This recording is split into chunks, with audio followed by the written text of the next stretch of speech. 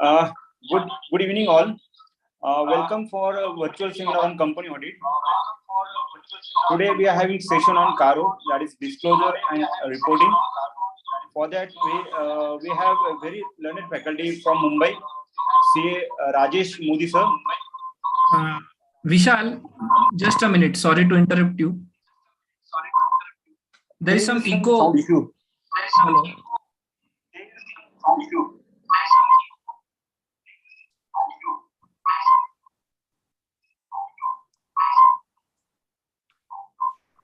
Somebody is using two devices, and that's why this echo sound is coming. They are in the same room. Logged in from two devices. Please see to that you exit or you log out from one of your device, please. Vishal, I guess you have logged in from two devices. You are two. Now, sir, it is okay, perfectly fine. Yeah. Now Vishal, it is okay. please go I think ahead. it is okay. Now it is okay. Yeah, Vishal, please go ahead. Okay. Good evening all.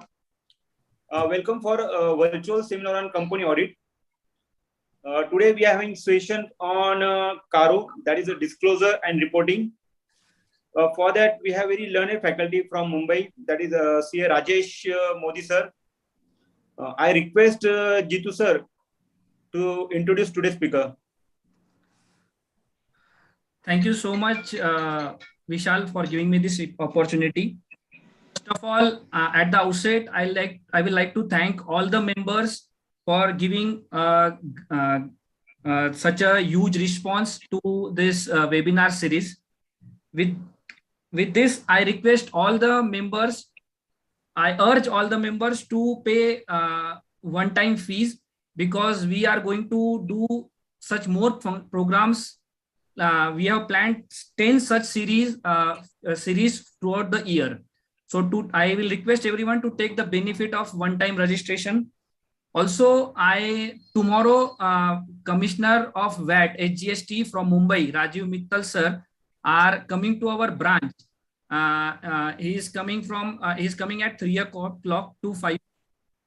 So I request all the members to join for that meeting in huge numbers, and please let us know your grievances related to VAT amnesty and GST, if any.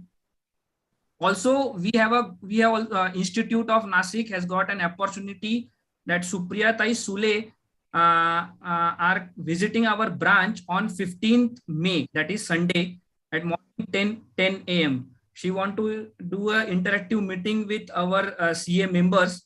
So I also urge and request all the members to join for that interactive meeting with Supriya Tai Sule on 15th May.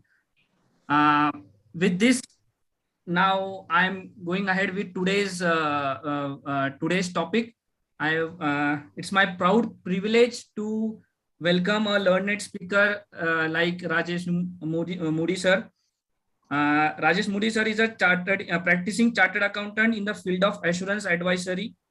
He is presently associated with CNK and Associates LLP as a director, statutory audit. He was a partner of Messrs. Rajiv, Shah and company at Mumbai, based at Mumbai, three-decade-old firm. After moving out from there, before moving out, he was heading the assurance business advisory division in the firm. Mody sir has experience of over 25 years in areas of assurance practice, internal audit, business advisory, etc. His area of expertise include Ind AS, IFRS advisory, and it's one of the resource person on Ind AS related matter in the firm. He has been inducted as a special invitee to Auditing and Assurance Standard Board of ICAI AASB for the year 22-23. His audit and assurance clients include public limited companies, private limited companies, multinational Indian firms, NBFCs, etc. He has over a decade experience in handling internal audits of clients in manufacturing industry, diamond, exports, and real estate sector.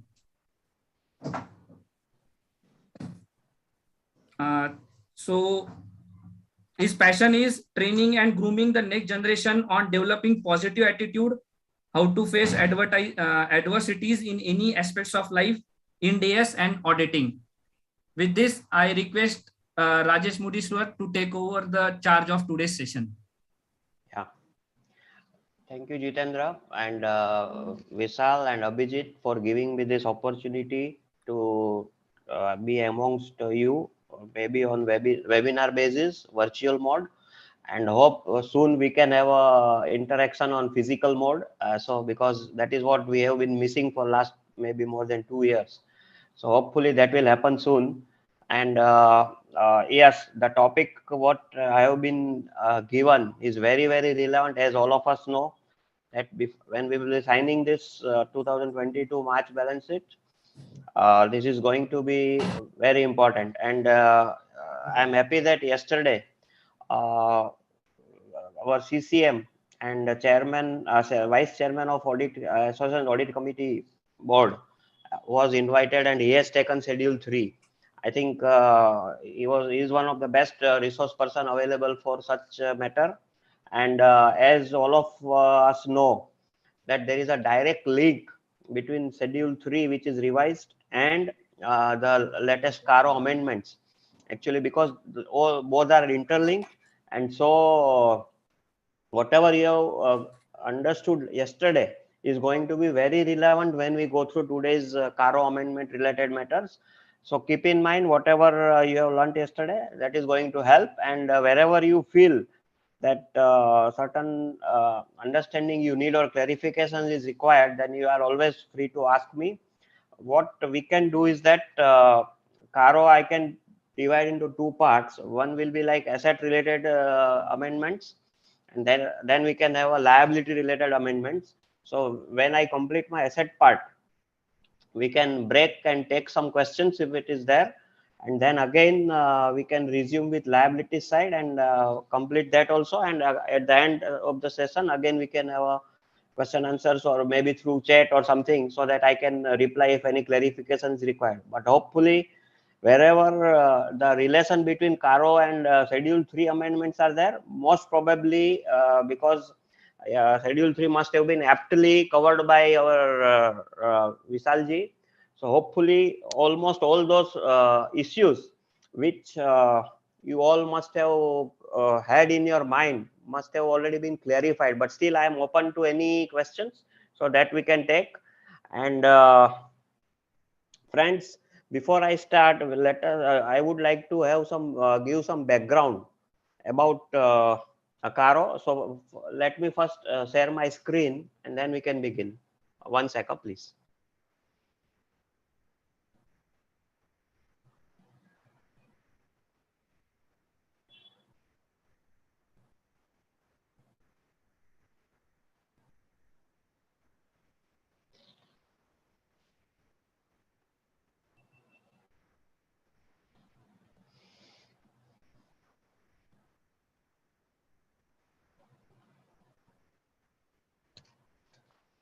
Yeah, so is my screen now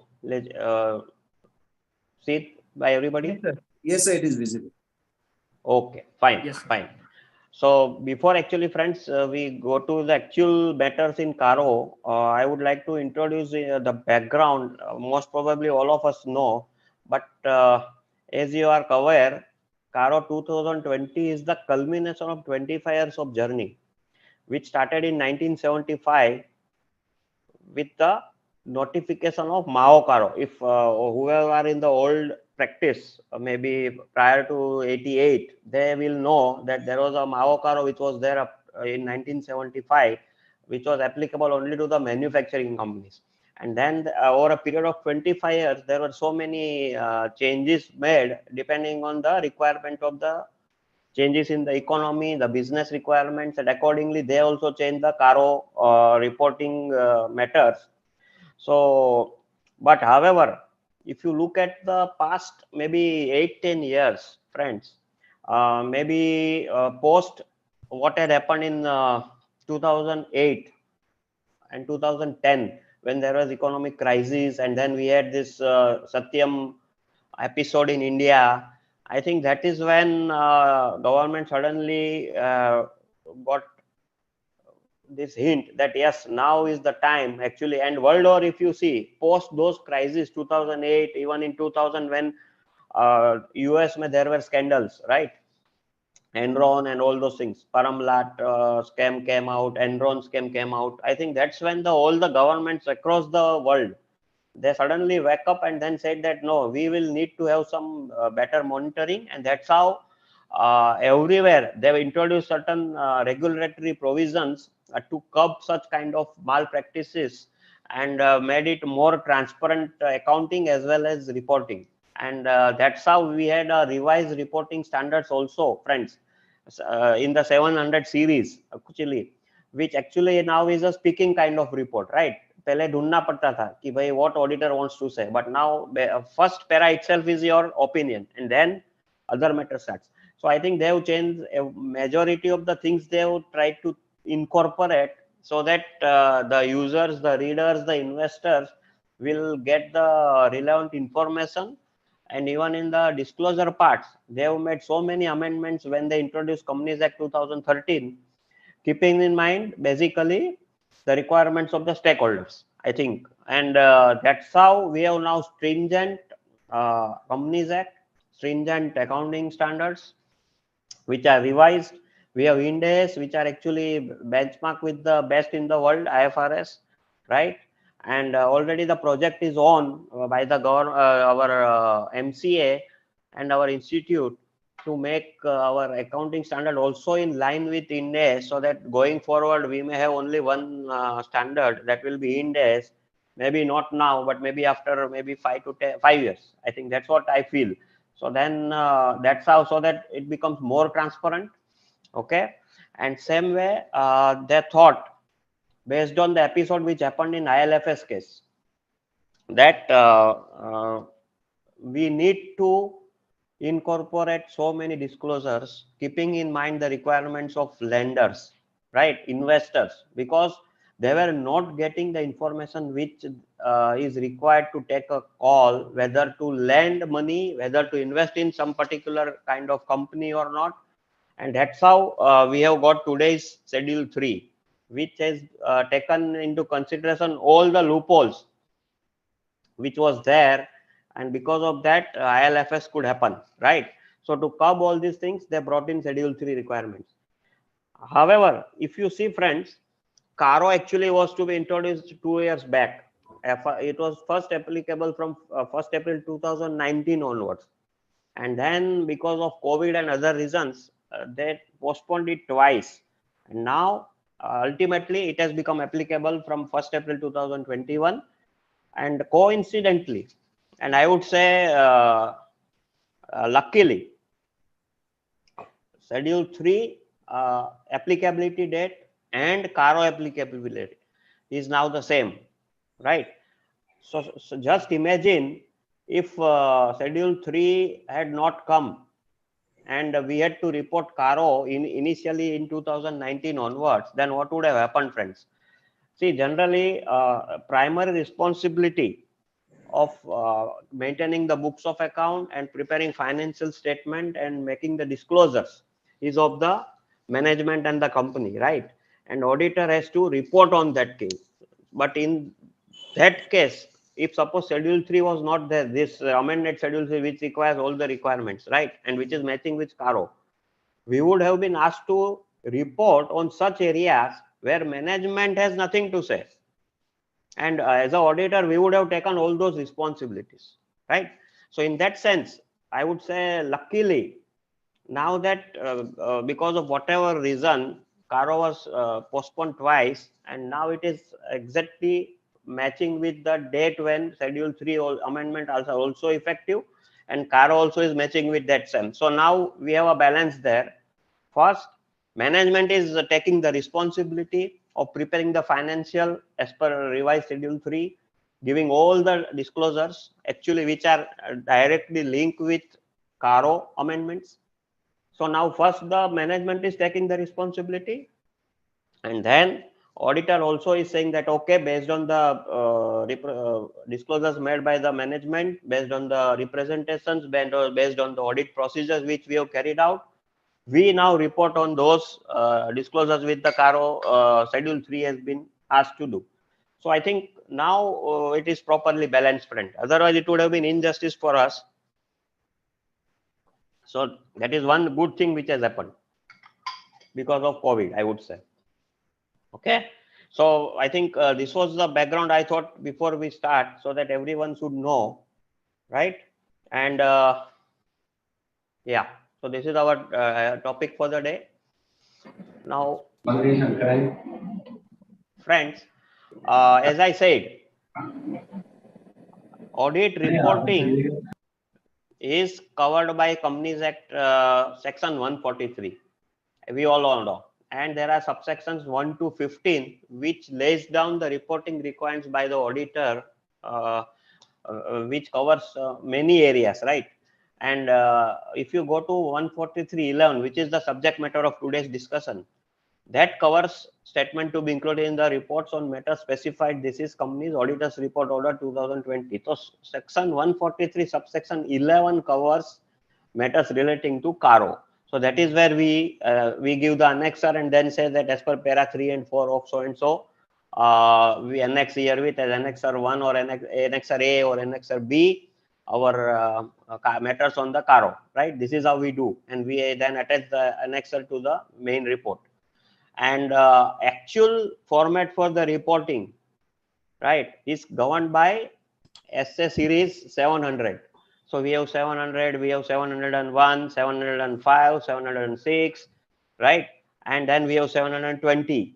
These are the areas where as an auditor we are supposed to report on the main audit report. This is governed by all those audit standards on auditing, right? And then we have one SF 570 that also is very important nowadays, and that covers going concern assumption, right? So wherever there is a material uncertainty in the main report itself, below the opinion para, we have to report under matters which are related to 570. Okay, so this comes from the standards on auditing, friends. Okay, so this one is to keep in mind that main report is covered under section 143. That is where, and that is subsection 1 to 15. Then we have section 143.11 which covers CARO, and a main report comes from SA 700 series. So this background everybody should know. Now, coming to the applicability of CARO, it applies to whom, or which are the exempt companies. Okay, so CARO does not apply to banking, insurance. So this definition is same, except that small company definition they have changed, as we know that now they have increased the limit. So that wherever is applicable, whoever is falling into that category, maybe CARO will not apply. Otherwise, 2016 exception and today's exceptions are same. There are no differences. So it does not apply to banking company, insurance company. It does not apply to companies covered under section 8, which is having seriable objects, and one person company and small company as per section 2 subsection 85. Now friends, can anybody tell me what is the revised turnover limits they have changed in section 2 subsection 85 for small companies? Anybody?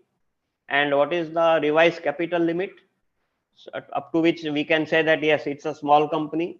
Anybody can guess? Hello. Yeah, please. I'm Salim Raja. Yeah, it is now 20 crore turnover and 2 crore paid up capital. Small company. Fine. Fantastic. And only thing that it should not be a holding or a subsidiary company, Subsidiary. right? Okay. But you so, see, but it is not. Tell me. Here, there may be a contradiction now because small company turnover limit is 20 crore. Correct? And yeah. You see this private limited company, the turnover limit is 10 crore. So that is will contradict with each other. Nobody has no. thought, It will not given a thought to it. No, it will not contradict, sir. As far as the CARO applicability is concerned, all this has to be considered separately. So if you are fulfilling the small company definition, then even if you are falling under private limited company, you will be exempted. That's how you have to read this, and this is also So doesn't matter. clear. It means yeah. It means, I'm sorry. It means doesn't matter the turnover crosses 10 crore. Yeah. So only thing that you should be fulfilling small company definition. So it should not be a holding or subsidiary of any company. Here it is any company. It is not public company, right? So even if you are a holding or subsidiary of a private company, okay, then you will not be considered as a small company. That is what you have to take care. And if you see the private company definition, there they are saying not being a subsidiary or holding company of a public company. I think this is the difference. But as I said, all these are separate. So it is not and. So if you are fulfilling a small company, then you have not to, then you can still have a benefit of exemption from CARO, even though your borrowing or maybe turnover can be 10 crore or something. So it is so up to 20 crores you can enjoy this, right? So that's what I said. There is no contradiction. You can enjoy that benefit if you are falling into that. So that's why I thought let me bring out and friends, as rightly mentioned, turnover limit now you have to check up to 20 crores and capital is up to 2 crores, which they have amended. So that is how you will have to look. So that's why I have put that point here, right? So MCA note, yeah, this MCA notification came on 1st February 21. Yeah, after the budget. So in the budget, our finance minister has announced to make the ease of doing business and make it life easier for the small companies. They have raised this turnover limit. I think that's what they have announced in the budget and then incorporated by the notification, right? Okay, fine, So, fine. Perfect. Thank you. So friends, for the purpose of private company, as I said, paid up capital and reserve should be not be more than 1 crore as on the balance sheet date. And these are all and. So all conditions are cumulative. It is not or. Okay. So all the conditions you need to fulfill to qualify for exemption. If even of one of the condition is not fulfilled, then you will not get the benefit of exemption. That is how you have to read this.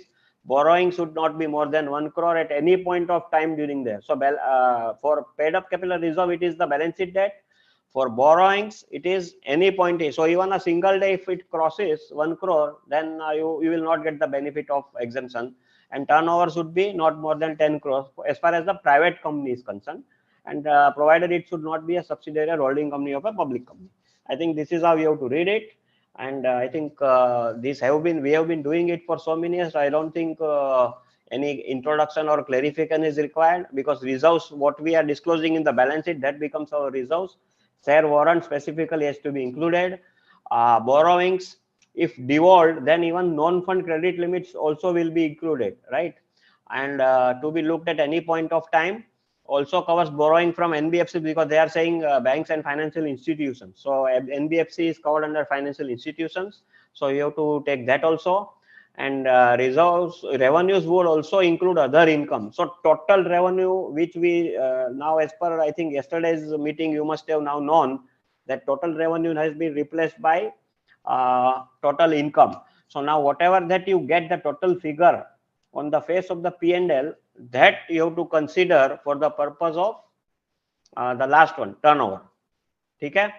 So this is how, and wherever because of any exemptions which you are fulfilling in the definition, because of that the CARO is not applicable, then specifically in that para 143.11, when you report in the main report, you have to mention that because of so and so exemption available, CARO is not applicable for the year to the company. That is how, so specific disclosure has to be given if the CARO is not applicable to your company. It cannot be silent. So it should be assertive reporting. Okay. So keep in mind this. Now, friends, coming to what changes has happened. So what I have done is, if you look at the things, CARO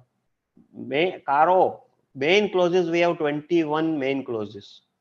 And if you include sub clauses, Now we are asked to report on 47 items, friends. So almost enlarged by double. Okay, pehle to I think khali 16 tha main clause, and including sub clauses, maybe it was something around 21. But now actually we have 47 sub clauses and main clauses are 21. And if I summarize it in this way, there are clauses which they have retained. So there are no changes as far as 2016 clauses are there. So those 7 clauses they have retained actually, friends, out of 21. There are clauses which were there already in 2016, but they have enlarged the scope, keeping in mind Schedule 3 requirements. So we can say that they have modified 7 clauses. One clause was there, they have deleted, and that was relating to managerial remuneration, because there was a duplication in the main report also under 197.16.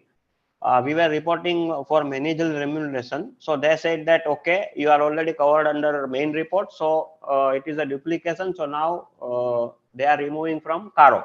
So that managerial remuneration related clause now they have removed. Newly introduced 5 clauses, friends, and they have reintroduced 2 clauses now. So if you count this, this is 21. And now we will see what are those.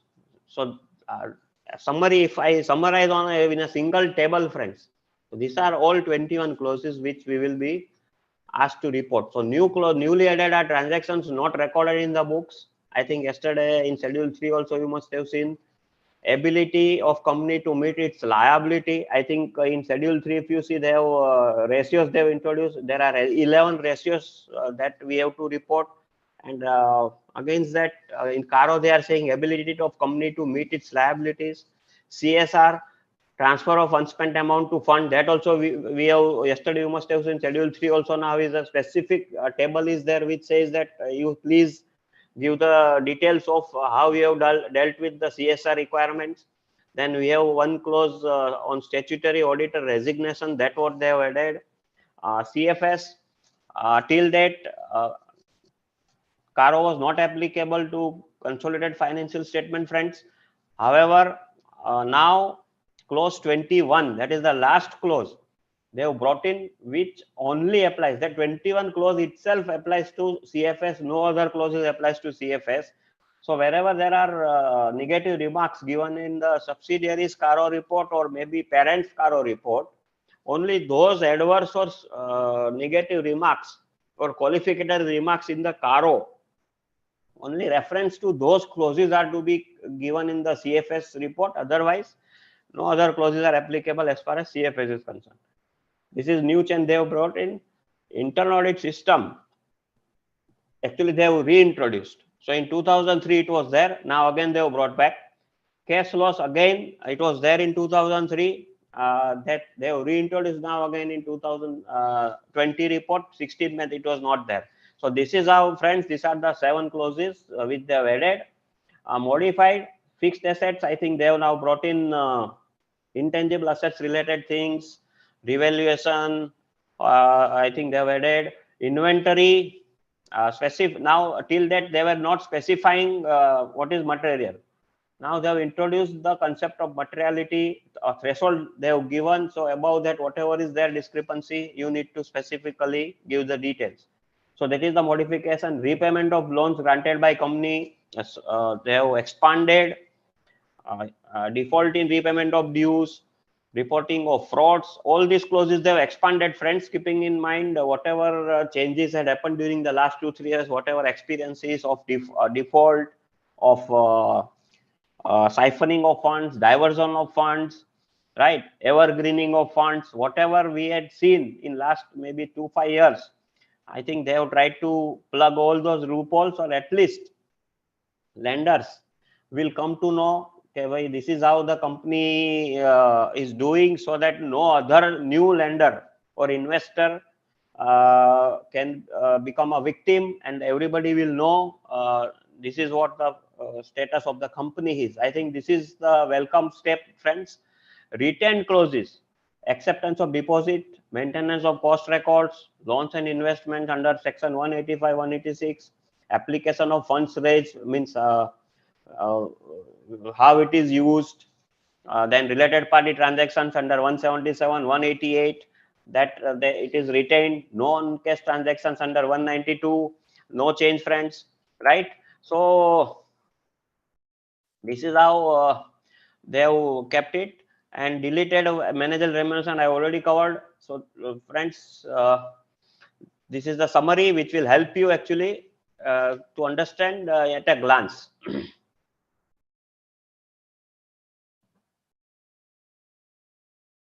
Yeah. And this is clause wise, sub clause wise summary I have given of 47 sub clauses, under which main clause, how many sub clauses are there. And you can see, friends, wherever there are loans related clauses are there, investment related clauses, borrowing related clauses, I think that is where major expansion has come to take care of whatever experiences they got due to the latest events. So now let us start with the first part, that is clause 3(1).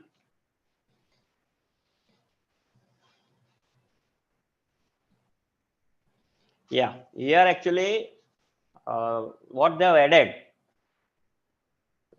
First part, so they have changed the nomenclature.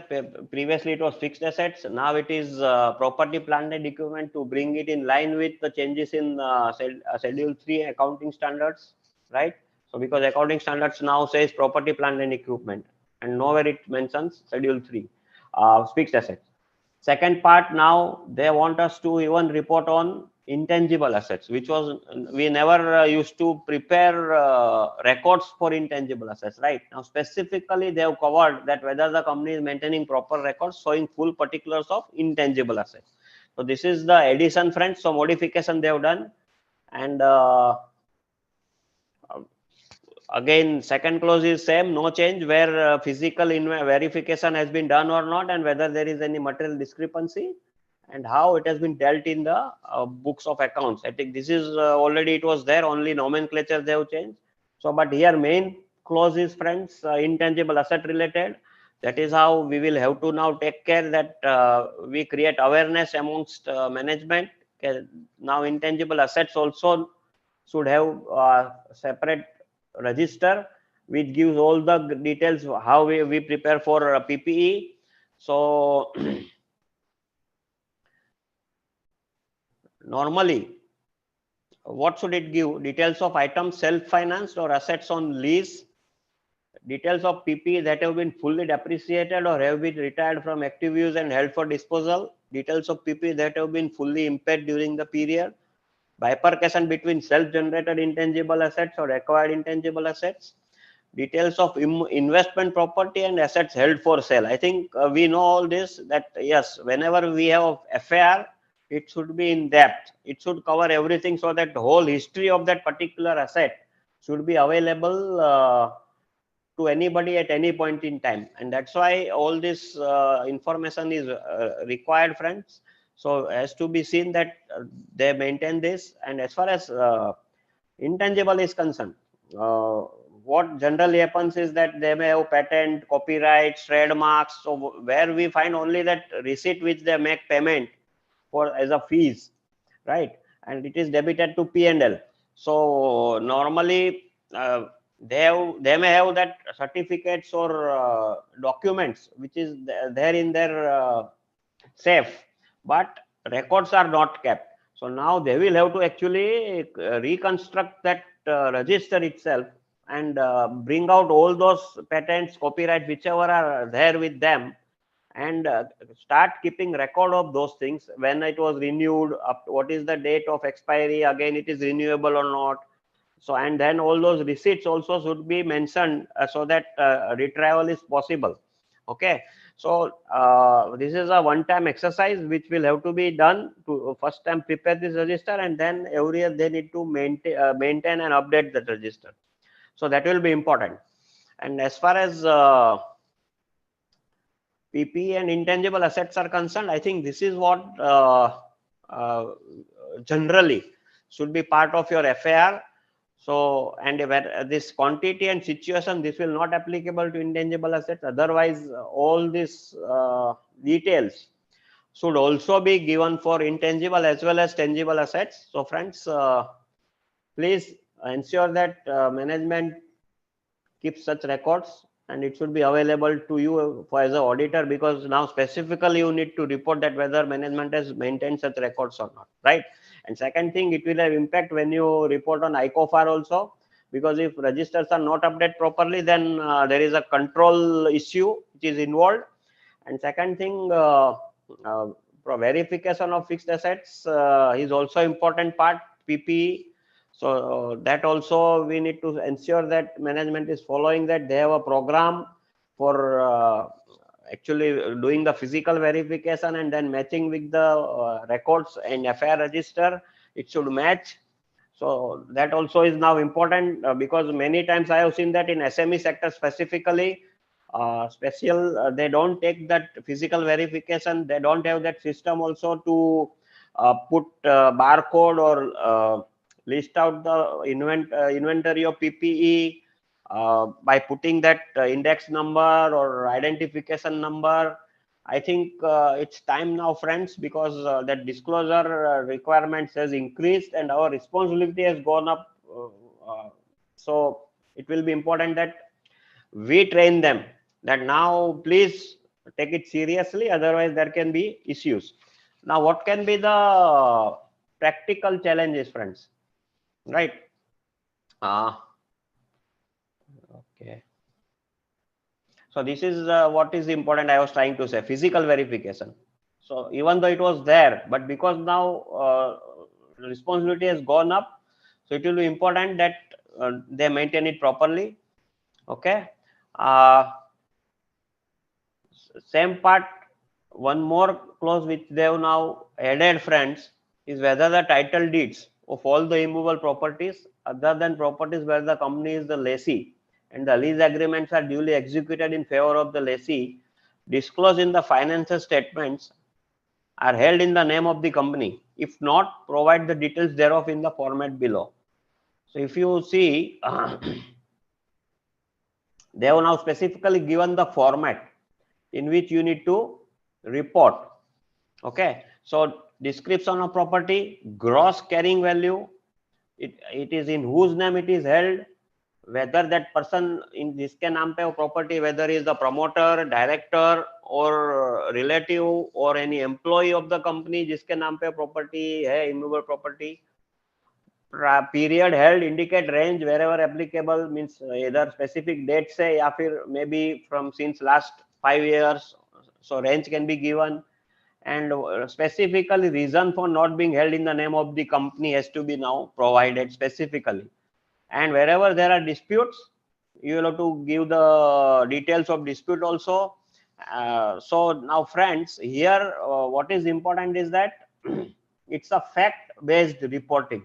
Okay, whatever may be the reason, maybe the management may be justified, okay, the reason may be genuine, but as an auditor we are not going into those things, whether it is justifiable not justifiable. Our duty is to actually report on the facts. So we will have to ask for all the title deeds and see to it, and wherever the property is taken on lease, immovable property, we have to see to it that that agreements are actually executed. Okay, so otherwise that also will have to be reported. If it is properly executed, then as far as the lease is concerned, we have not to report. But as far as property which are owned by the company, title deeds has to be seen, and we have to see report wherever title deeds are not in the name of the company. Now, practically, I can cite few examples where we find that generally, even though property has been acquired by the company, but and it is in the books, but title deeds are not in the name of the company. So this is the case where suppose property is jointly owned with others. Okay, so then it will not be in the name of company, because others' names also will be there. So there, what they are saying, that to the extent of company's share, we have to mention here, right?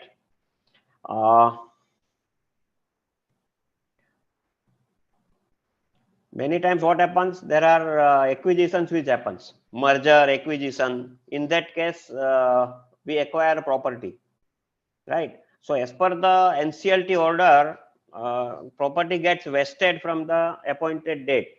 Okay, but as per the state rules, still you will have to go and transfer the property in the name of the company. It is not automatic, right? So till the time that thing happens and it is transferred in your name, reporting will have to be done, and the reason can be given that yes, because of this merger, property has been acquired and it is in the process of getting transferred. Okay, so in the state's record. So this is how reporting will come, friends. So we have to be very particular. Okay, as far as compilation of data is concerned, as I said about intangible, problem can be that suppose certain intangible assets are internally generated, then what you will do? Like there can be design, process, SOP. Then I think those document itself, you will have to record in your register and say that okay, there is one SOP or there is one design which has been patented, or this has been internally generated and capitalized in the books.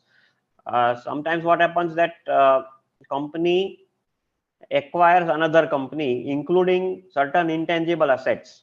Okay, so if you are under Ind AS or IFRS, specifically it permits that even though the acquiring company may not have those assets on their books because it may be internally generated for them, but when I acquire that company, the standard allows or permits me to record it separately as intangible assets. Okay, so all those you will have to take care that you are recording properly in your register. So and the valuation part and everything has to be because that value also you will have to put there, right? So I think those things will be important, friends. So I think and second thing, now most important, that we will have to be aware of the separate laws which are applicable to patents, copyrights, trademarks, so that we understand that what are the documentary evidence available for those things, and accordingly we can report and we can check and verify with the register. Otherwise it will be difficult. So awareness will have to be created to gather the information, knowledge about those particular areas, right? So we will come across now, suppose Benami property also now we are required to report. Then as an auditor, now we need to understand at least basic knowledge we should have, that what is the Benami property, who is the Benamis are, all those things. And when we can say that proceedings has been initiated under that law, unless you know all this information, how you are supposed to report on that, right? So I think we need to update ourselves. Otherwise, we will not be able to report and justify our role.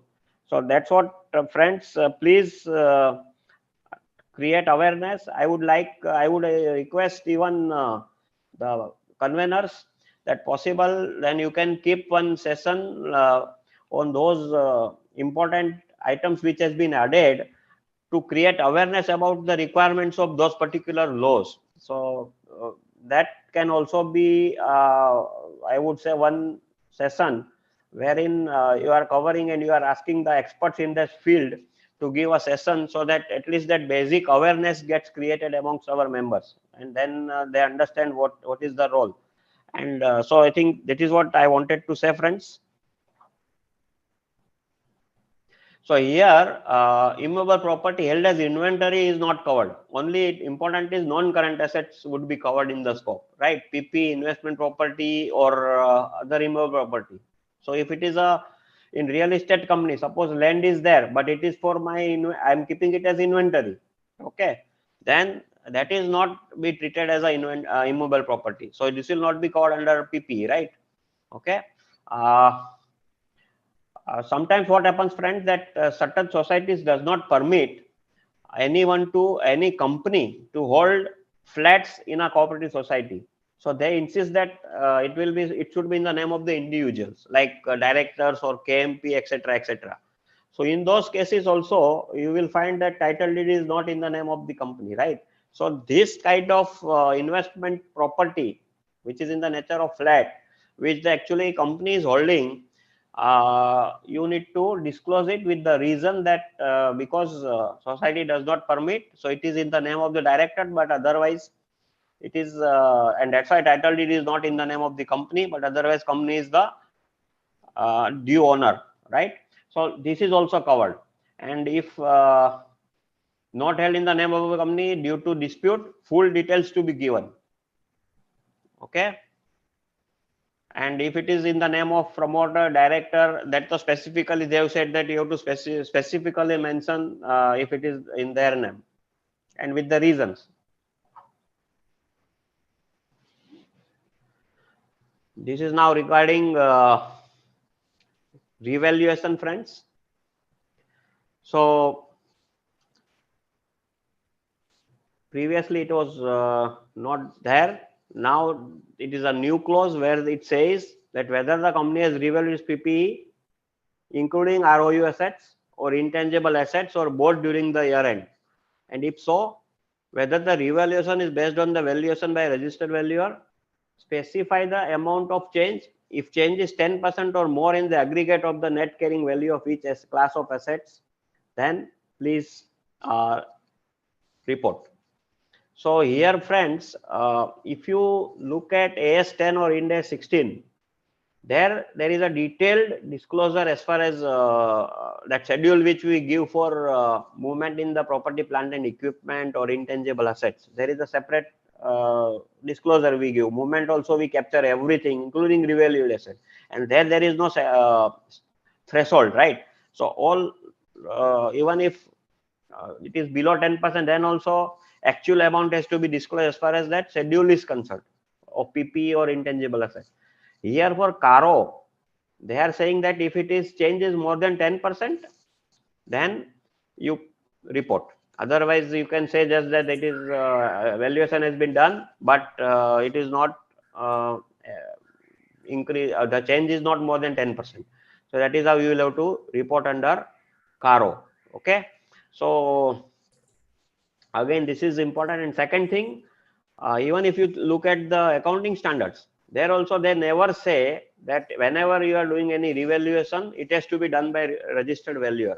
Standard never mandates, but they only say that you will have to specifically disclose and report whether you have used the services of registered valuer or not, and if not, that also you have to mention that no, it has been done internally based on the experts which are there in the company, but not by the registered valuer. So actual facts has to be actually disclosed here.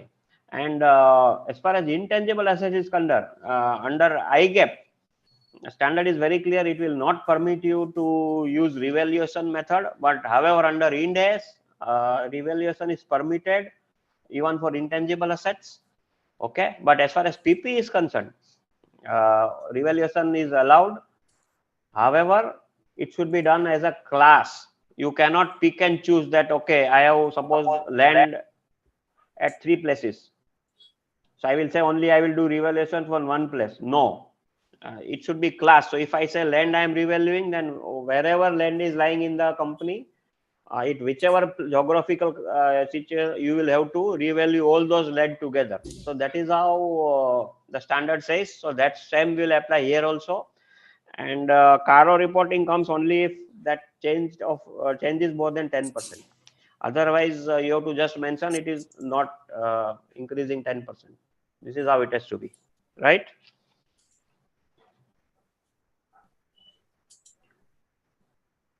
Whether any proceedings have been initiated or are pending against the company for holding any Benami property.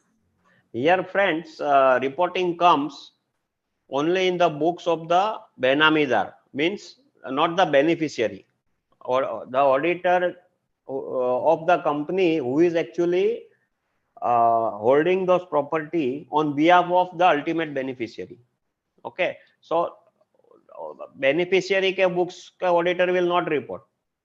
The person who is holding this property as a Benami property in the books, he is not the actual owner. Owner is somebody else, but he is handling on his behalf.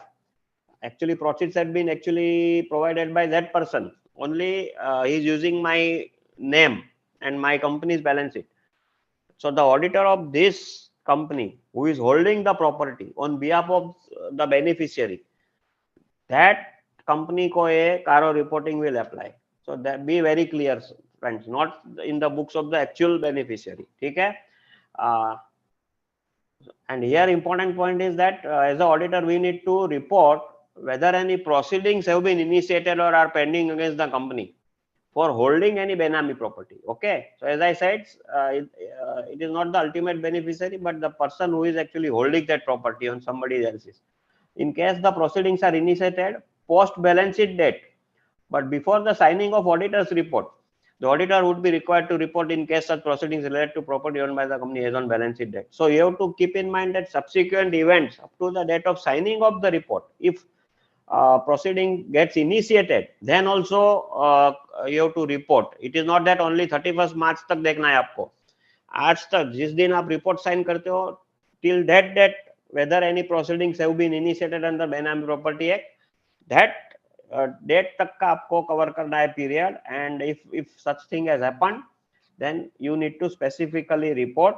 And friends, as I said, we need to go through this act, the rules, to understand our reporting responsibility. So I would request that all of you please go through this particular act and understand what are the things, what kind of when we can say that proceeding has been initiated, whether so cause notice mila, so whether that can be we can be said that it is initiated, or whether after the so cause notice is given, opportunity of hearing is given, and then they establish that yes, there is a material evidence that a Benami transaction has been undertaken, and then they issue a particular notice.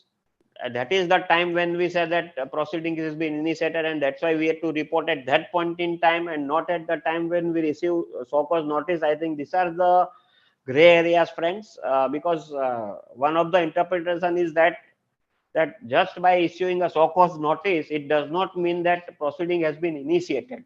So that is one stand has been taken.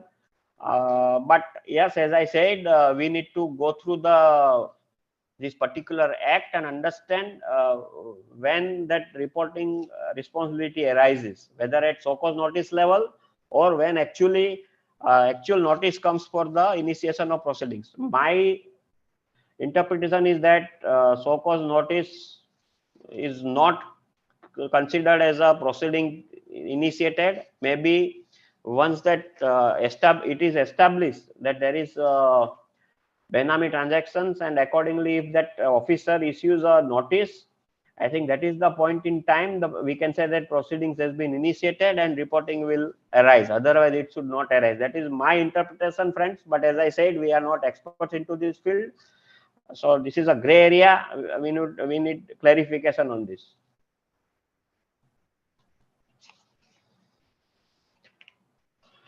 Yeah. So I think this is under schedule 3. We have to give all these details. So this is just a check for your reference, friends.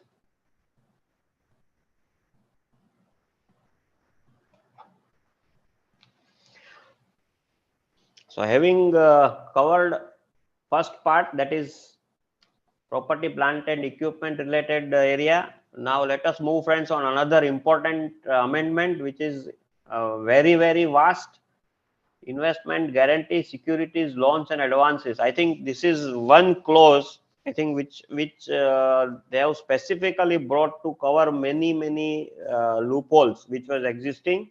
So I think this clause and maybe the borrowing side of clause, borrowing, all kinds of borrowings, I think these are the two main clauses which they have focused, friends. So whether the company, whether during the year the company has made investments or provide any guarantee or security. So these three things were not there. It was only related, if you compare 2016, they had only granted loans or securities, right? Loans or advances. Nothing was covered as far as investments, guarantee, security. This was not there. And now also they have covered advances in the nature of loans, which was not there, okay, previously. So this also, so they have expanded the clause. So now what is the reporting? And second thing, it also covers now other parties. Previously, if you compare, it was only applicable when it was under section 189, that register maintained under, so wherever related party was concerned, only those reporting was covered. Now it is covered for any other party. So whatever loans and advances you have given or investment has been made in any entity, this clause applicable. Okay. So whether during the year the company has provided loans or provided advance in the nature of loans, or stood guarantee or provided security to any other entity, this is not applicable to companies whose principal business is to give loans, right? So NBFCs or banks, this particular 3A will not apply. Okay. Then what is required? Indicate the aggregate amount during the year, balance outstanding at the balance sheet date with respect to such loans and advances or guarantee to subsidiary, joint ventures, associates, and the aggregate amount during the year and balance outstanding to other than a subsidiary, associate, and joint venture. So as I said, this clause applies to everybody, all loans and advances, not only related party. This is main change, friends. And here loans will include long-term and short-term loans, whether given in cash or in kind to any parties, and includes loans squared up during there. So friend, because here we are reporting on both places, right? During their kya tha and then outstanding balance. So even if the balance is zero as on the last date, but during their loan was taken, given and then repaid, we have recovered the loan and it has been squared up, then also it is to be disclosed. Whether an advance in the nature of loan would depend upon the circumstances of each case. So here important point is that when we can say that the loan which you given or advance has been given, it is in the nature of loan. So if it is not in the normal course of the business, right? Suppose you have given advance to a vendor, and generally as per the trade practice, you should have received the goods or maybe the service within suppose 3 months, but advance is outstanding since more than maybe 9 months or 11 months, then it means it is not in the normal course, right? Because that is the trade practice. Then how this much outstanding? So that such kind of situations triggers that as an auditor we have to be careful that why it is not in line with the business practice. So whether that advance is advance or actually it is in the nature of loan. So that depends on actually case to case basis, but wherever we find that it is not in the as per the normal norms, then those are the areas or those are the ledger accounts where as an auditor we need to focus, friends, right? Suppose as an advance, normally as a trade practice, maybe 50% or 100% advance is to be required to be given, okay, against the PO. But sometimes you find that either 300% amount has been paid against the PO, then there is something wrong. That why that excess amount? So whether that excess itself is a nature of loan.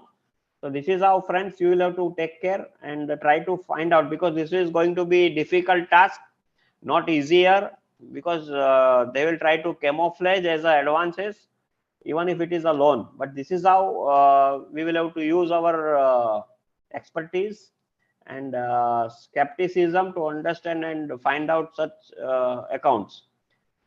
Companies need to maintain a register for loans or advances in the nature of loans or guarantee or security to all the parties to facilitate reporting under this clause. Because see, otherwise, because here are not only related parties, all loans and advances are covered, friends. So that's why unless that proper register is maintained, it will be very difficult for even the management to compile the information to be given under CARO as well as Schedule 3. So we should say that like we maintain PP register, fixed asset register, you please have a register for loans and advances, because not only under 189, all loans and advances, because this is how that expanded clause requires. Okay.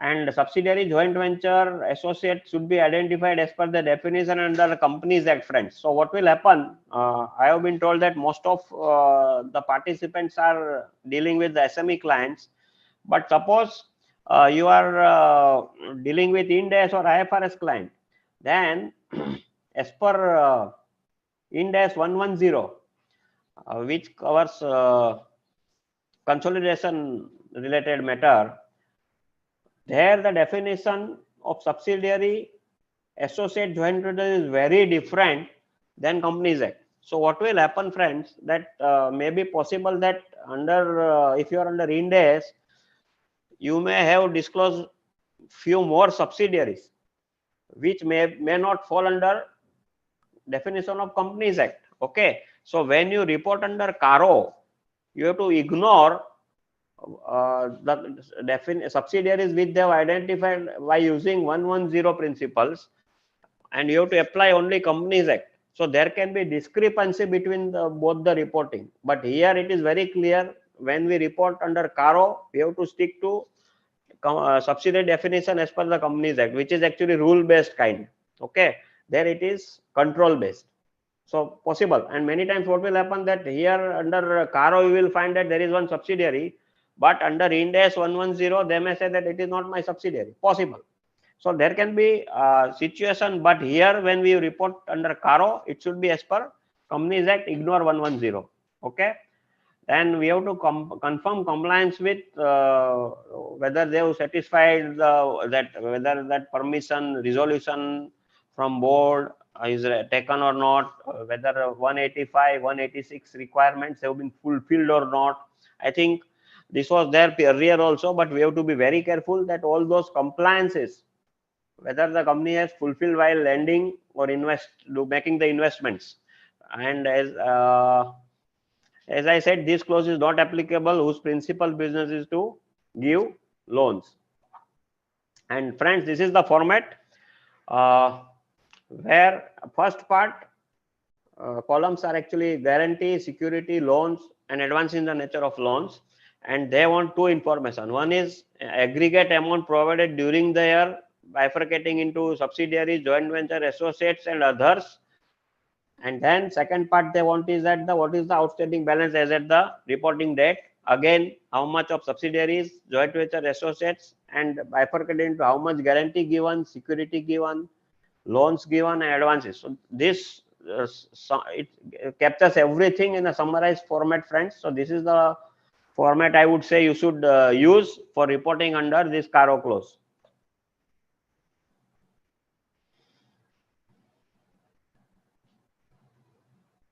Okay, so actually if you see previously also this clause was there, but now actually that red marked items, they have actually expanded. So this clause has been expanded.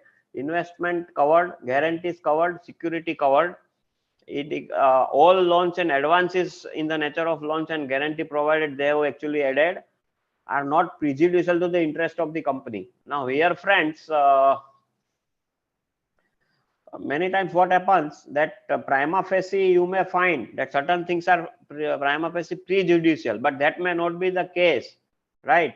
For example, if you have a loss making subsidiary, okay, and as a parent you know that long term there is a huge scope, but maybe during the startup phase or maybe during a certain lean phase, that subsidiary is making loss, but ultimately the business in which subsidiary is there, long term there is a huge potential.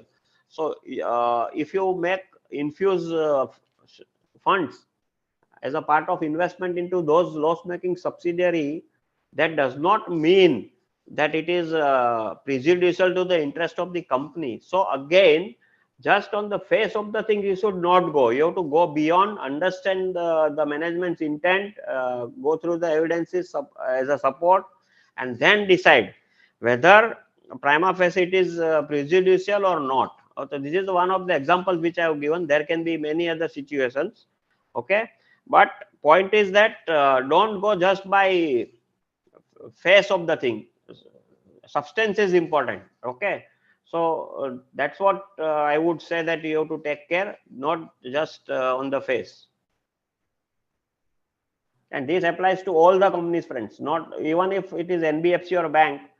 Means bank to is not applicable, but NBFC ko bhi apply ho jayega. So this clause is reporting. We have seen that A is not applicable to a company who was into this business, but this requires applicable to all the companies. Third part, in respect of loans and advances in the nature of loans, whether the schedule of repayment of principal and payment of interest has been stipulated, whether the repayments or receipts are regular. Okay. So here actually they have given the disclosures that how you have to report. So name of the entity, amount, what was the due date, original due date, what is the extent of delay, and the remarks. So friends, here the extent of delay will be up to the date of the report when you issue the report, not the balance sheet date. So here you keep in mind that you have to even consider the subsequent events to for the purpose of reporting the extent of delay. Okay, and here it covers not only the loans given during the year, but even the loans which were outstanding in the opening balance has also to be covered, because here they are saying that whatever loans or advances you have given, whether their repayment is happening as per the agreed terms or not, and whether principal and interest as stipulated, you are getting it regularly or not. I think that's why even opening balances are covered. Again, this clause was there, but here they have again given the format in which you need to report. So wherever there is a delay of more than 90 days, overdue of more than 90 days, then they want that whether reasonable steps have been taken by the company for recovery of the principal and interest. So you have to report in this manner: number of cases, principal amount overdue, interest overdue, total overdue, and what is the remark. Remark can be that what reasonable steps you have taken. Now here, reasonable steps does not mean that only by issuing the notice, legal notice you have given or not. I think that is not. Even if you suppose that party has given you additional security, okay, collateral, that also can be said that you are trying to secure. So that becomes also my reasonable steps for recovery. Not only just filing the case or suit against that company will be known as the reasonable steps. There can be many other ways in which you can start try to recover your loan. Those steps has to be reasonable, and that is what has to be put it as a remark. Okay. So again, this is case to case basis, but understand and try to get the appropriate representation from the management. You go through the minutes book, you go through the board meetings, and see that what steps they have planned, how they are trying to recover the funds, what are the correspondence they are having with the loanee. I think these all things will be important, friends, and that becomes a part of our documentation. So please take all those things as your document part to prove that yes, while reporting I have gone through the records and these are the documents to prove those things. Now this is the new clause, friends. It was not there. Whether any loan or advance in the nature of loan granted which has fallen due during the year has been renewed or extended, or fresh loans granted to settle the overdues of existing loans given to the same parties, if so specify the aggregate amount of such dues renewed or extended or settled by fresh loans. So here, friends, this has directly come from ILFS. We call it as evergreening. Okay, ताकि NPA ना हो जाए, तो क्या करेंगे? We will give new loan, he will repay the old loan, so that it looks like as if a fresh loan has been given and old loan has been closed. So it will not turn into NPA. These things was happening at the ILFS, and that from there, and I think many of the banks we have seen, this is how it was happening, and they wanted that somehow this loophole is there, and that's why they have tried to bring it in the CARO reporting. And that's why this becomes very important, friends, to understand and try to link which are such loans where such thing has happened, because timing can be different. Okay, it is possible that fresh loan can be given पहले भी दे सकते हैं, बाद में भी दे सकते हैं. In between, some arrangement can be made to show that there is no link between the two things. But overall, if you find that the same kind of lender is involved, and in the books temporarily it is shown as if that there is no link, but then as an auditor we need to see to it that if such links are there, then it falls under this clause, and we will have to specifically report on this. And again, this clause is not applicable to companies whose principal business is to give loans. So it will be for other than those companies where if such things are there, then we need to. So here what will be important? The clause requires identification of instances of masking loan default by giving new loans to help delinquent borrowers repay principal or pay interest on old loans. The clause is not restricted to overdue loans, but also extend to situations where fresh loans are given close to settlement date, as I said. So that also has to be considered, right? And even if it is renewed or extended or settled post balance sheet date up to the date of signing of report, that also will have to be reported, friends. Okay, so खाली during the year का नहीं है, उसके बाद अगर renew हो गया है, extend हो गया है, settle हो गया है after the balance sheet date, then also we have to see that any such thing has happened. If yes, then we need to report on that also. Again, this is a new clause, friends. Whether the company has granted any loans or advance in the nature of loans, either repayable on demand or without. So this again, friends, many a case we have found that to promoters, related parties, the loans were given specifically, they were not mentioning any terms.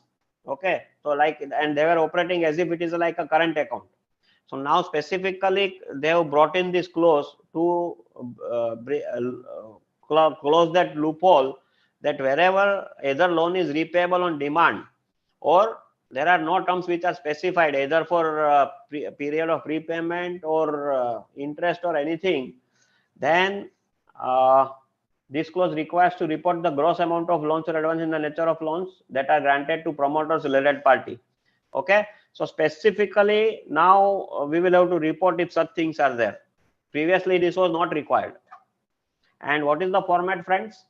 Aggregate amount of loans which given to promoter related party, and even though you suppose other than these two category, then all parties, with on repayable on demand how much, number no term specified how much, total of A and B, and then for each category percentage of loans to total loans. So specifically now, so any reader will know that out of the total loans given, how much loans is given to promoter related parties which are actually either repayable on demand or without any term specified. So this will give ready-made information to any lender, so that they will then have a conscious decision they can make whether to lend to such parties or not. I think this will again ultimately affect the credit rating of such companies. It will affect the image of such companies. So that awareness will come to the promoters, and wherever there is a good corporate governance, they will be able to get the funds at good rates. Otherwise, borrowing will be very costly for such companies where there is a lack of corporate governance, and when such kind of misfiances or certain things are happening. So I think this will be very important, friends, going forward for lender also, that whether to deal with such kind of companies or not. And again, it will help those companies who are actually having a better corporate governance structure. So it's in the way it is a good thing for companies who are good. This clause, there is no change, friends. It is relating to loans and investment, guarantee of security, whether provisions of section 185 and 180 of the Companies Act have been complied with. If not, provide the details. So this was there previously also, and there is no change. So if wherever loans and investment have been made, we have to see that whether given to related party of directors or not. And if it is 186, then that limits has been crossed, breached or not at 100% of reserves or 60% of net worth, and whether that resolution set by the board of directors or maybe for shareholders resolution wherever it is required has been complied with or not, rate of interest, right? And the purpose of end use by the person to whom you are giving. I think all those things which are there, requirement of 186, whether it has been complied or not, that we will have to check, and if there is a non-compliance, then we have to report. I think we used to report that same thing previously also, so there is no change, but we need to understand. Inventory. I think this is the last part as far as the assets are concerned, friend. Then I think we can move on to liabilities.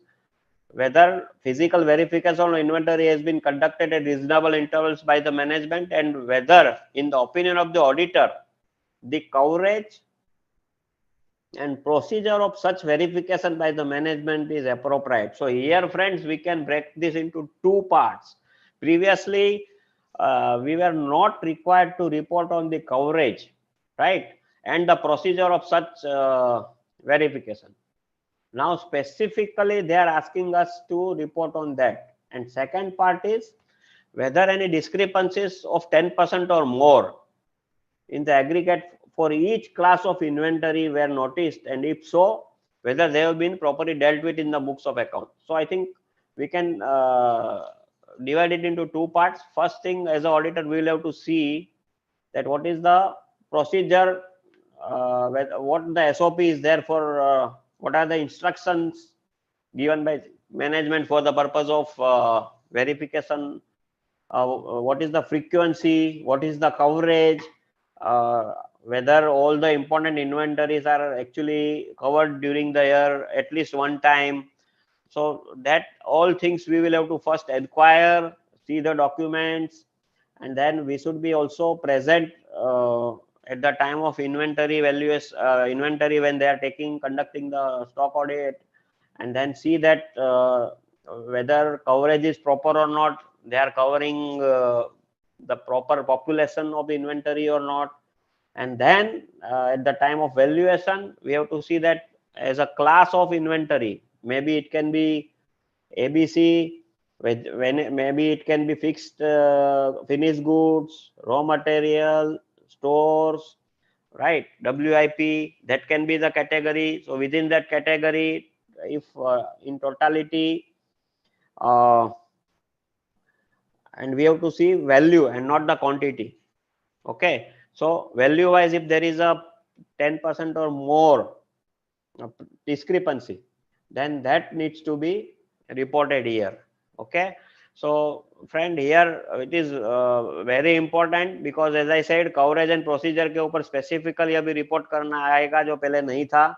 So we need to have a proper document to prove that yes, when we report that proper coverage is there and the procedure is proper, then if anybody asks us to prove, then we should be having that document. तो जैसे वो लोग वहाँ पे उनका SOP जो रहेगा वो हमको लेना चाहिए, the instructions which they give, the actual physical verification sheet, उसका जो comparison with the books and that discrepancy reporting, everything should be there, उनका sign लेना चाहिए, and that should be part of our documentation to prove.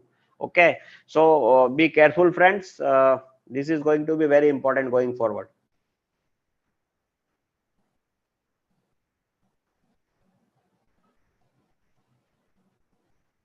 Yeah.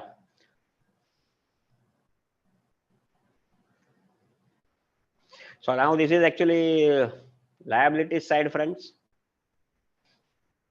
Yeah. So any question till now, or we can proceed with the liability side? If you have any questions, then we can take up, or then we move for the liabilities.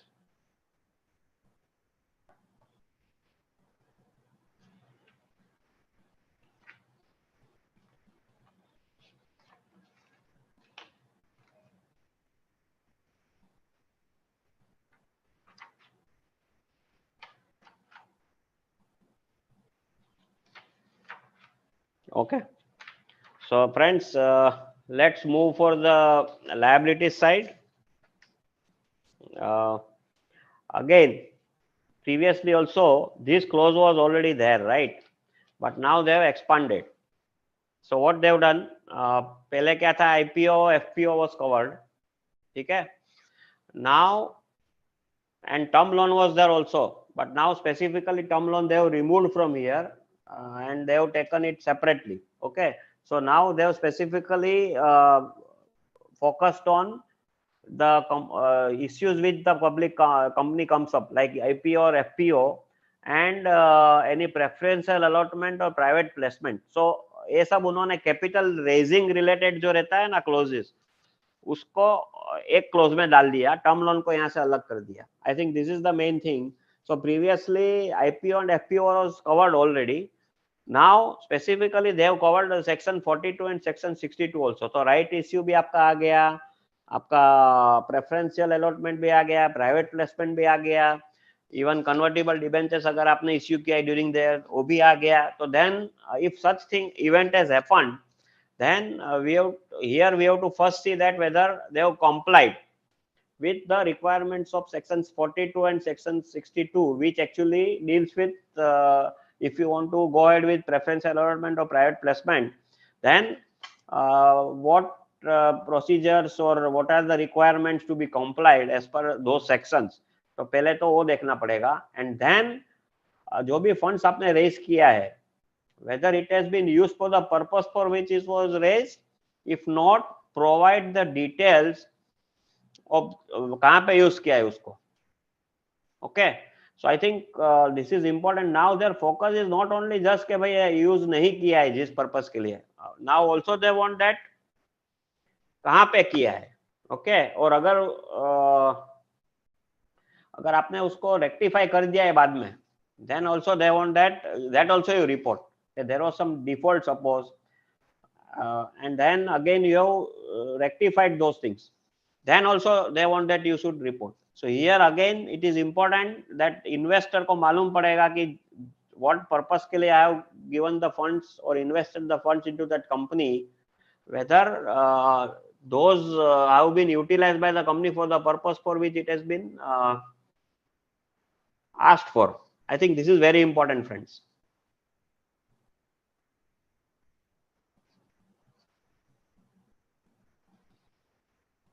So generally, as per IPO requirements, directors report में देना पड़ता था कि end use of fund कैसे किया है, right?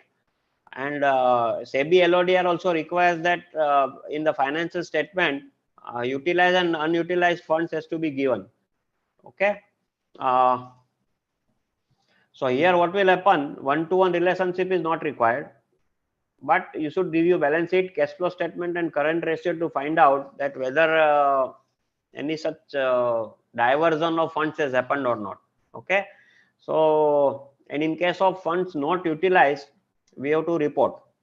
Okay, so here point is that cash flow statement will give us better picture and current ratio maybe give us the better picture.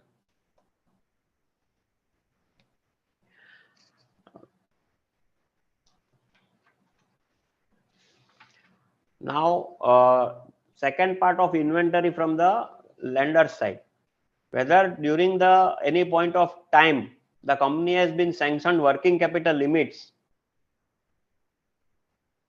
in excess of 5 crores rupees in aggregate from banks or financial institutions on the basis of security of current assets, whether the quarterly returns or statement filed by the company with such banks or financial are in agreement with the books of account of the company. If not, give details. So friends, yesterday I think in schedule 3 you must have covered that this disclosure was required, and there you must have seen that there is no limit. Actually, it was just plainly without any limit. But here in CARO, they have said that, and there it was actually utilized. Here it is sanctioned. So this is the basic difference between schedule 3 and CARO disclosure. So here first thing you have to see whether during the year the company has actually been sanctioned any working capital limit. So it is not applicable if it is a term loan or loan against non-current assets. We are concerned with working capital limit. And here we are not concerned with whether they have utilized that limit or not. Even if I have not utilized even a single penny, but if I have been sanctioned working capital limit in excess of 5 crores against the security of current assets, friends. Here it applies only if it's against the current assets, okay, security. So unsecured loan not applicable, right? Security other than current assets not applicable. Any other loan other than working capital not applicable. And working capital also will include your both fund and non-fund based. Okay, so दोनों का total मिला के you have to see sanction limit. And sanction limit 5 crore के ऊपर है तो ही आएगा. Okay, so here friends, from where you will get this information. Important is that first thing, the all resolutions which the company has passed, because there they will have to mention if they are seeking a loan from any institutions or banks, तो वहां से मिलेगा. अगर कोई charge create किया है company ने, then you should go through the charges filed with the ROC. From there you will get the details whether any loans have been sanctioned. Sanction letters from the banks you should ask for during there, even though कुछ books में reflect नहीं हो रहा है, लेकिन please provide the sanction letters or any renewal which has been done during the year. So that has to be checked, and then see that whether at any point in time during the year the sanction limit has crossed 5 crore or not. If it crosses, then you have to give the details. Okay, otherwise this will not apply. And second thing, whether the quarterly returns or statement filed with the bank by the company with such banks of are in agreement with the books of account of the company. If not, give it here. Again, this is actually fact based. Schedule 3 में भी इसको specifically they have covered, and I think yesterday you must have detail में इसको cover किया रहेगा.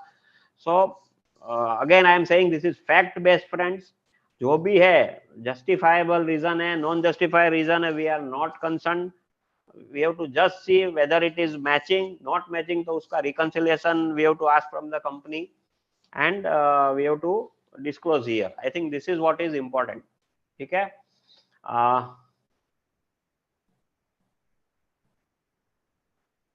And again quarterly देखना है. Even if bank के मुताबिक every month you have to submit, but we have to ignore that every monthly statement. We have to just keep in mind that 4 quarter जो है year का, only those quarter end balance we have to take that month and compare with the books and the statement which is filed with the bank. And if possible, we should ask that acknowledgement letter, acknowledgement copy of the that statement which the company must have submitted to the bank, so that we get reliable document. Yes, actually bank को ये submit हुआ है, this is the same statement which we have been given. So these all things will become very, very relevant as far as our record keeping is concerned as a sufficient audit evidence.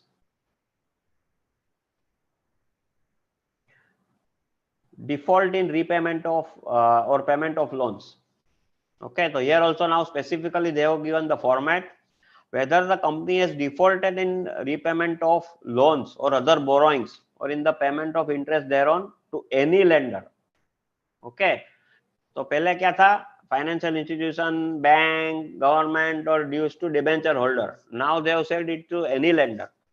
If answer is yes, the period and the amount of default to be reported as per the format given below. So पहले वो format नहीं था. Now they have specifically given the format, and उसमें क्या देना है, nature of borrowing including debt securities, name of the lender. So lender wise details has to be given, amount not paid on due date, whether principal or interest which is not paid, number of days delay or unpaid, remarks if any. So again I am saying this number of delays you will have to take up to the date of report and not as on 31st March. So this is very important, friends, कि उस वक्त तक का कितना delay है. तो suppose subsequently कुछ payment किया है, then you have to say that as on 31st March, because that was old means not paid, right? तो ड्यू हो गया था, तो उसको समझो मई में पे किया है, तो then up to May you will have to consider that as a delay. ठीक है. But suppose as on the report, when you are issuing the report or signing the report, उस दिन तक भी वो डिले है तो then till that date you will have to consider from the due date up to the reporting date it is unpaid, so it becomes number of days delay, वहां तक का आपको लेना पड़ेगा. I think this is very important, friends. You need to keep in mind. So again, all borrowings are covered, secured, unsecured. Public deposit not covered because there is a separate clause which covers specifically public deposit. So other than public deposit, यहाँ पे जो है वो आपको लेना है. Okay. Clause will also cover rescheduled, restructured loans, disputed loans, and loans and borrowings on demand. So all these loans also, because default is default. Bank ने बाद में समझो आपने उसको reschedule करवाया या restructuring करवाया बैंक के पास. That is a different thing. But there was a default, no? Then only that rescheduled happened. So here important is whether there is a default or not.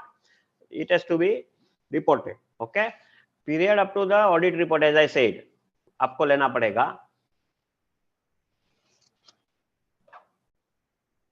Now diversion of loans, again very important. Whether term loans were applied for the purpose for which the loans were obtained. If not, the amount of loans are diverted and the purpose for which it is used may be reported. So again here, friends, what is the meaning of diversion? So you will find that they have added few clauses which cover siphoning of funds, diversion of funds, short term used for long term purpose, okay, willful defaulter. ये सब आपको नया नया words मिला है which was not there under CARO as well as Schedule 3. So इसका सबका there is a master circular, okay, by the RBI. So there actually they have defined all these things. So you have to actually refer to that master circular to understand what is the meaning, what they are trying to cover as a part of what they mean by diversion of loan, what they mean by willful defaulter, what they mean by siphoning of funds. Because when you are reporting on these particular clauses, you should understand the events, because you will have to identify the events which is covered by the RBI definition. So you have to refer to the RBI master circular. Okay? So that becomes important, friends. So that it was issued in 2014. So that is the circular you will have to refer to. I will give you that details also. Yeah, RBI circular, it is 2014-15 73. Okay, dated 1st July 2014. It is that circular which actually provides all these definitions. So you have to find out whether your company falls under that kind of situation. If yes, then it will be considered as a diversion of loan. And if it's a term loan, then we have to actually report on this. I think this is very important. So here where it is diverted, purpose for which it was used may also be reported. And here again they have given the specific format, friends. So in this format you have to report the nature of funds raised, name of the lender, amount diverted, purpose for which the loan was sanctioned, and purpose for which it is utilized, and then remarks. So here again, friends, very important, and from where you will prima facie find that there is some like term loan has been utilized for other purpose. Here you can review your cash flow statement again, current ratio, balance sheet. I think that is where you will find that kahan gaya hai funds. Okay, because sometimes what will happen that अगर मैंने term loan लिया था for actually investing in long term asset, ठीक है, but your balance sheet or cash flow will show that the investment which you have made into your PPE or other long term assets वो term loan से कम है. इसका मतलब हुआ कि that term loan you have used for other purposes, right? Because your term loan is more and investment is less, so it means you have diverted for some other purpose. So that is how I think cash flow statement helps us to identify it actually, right?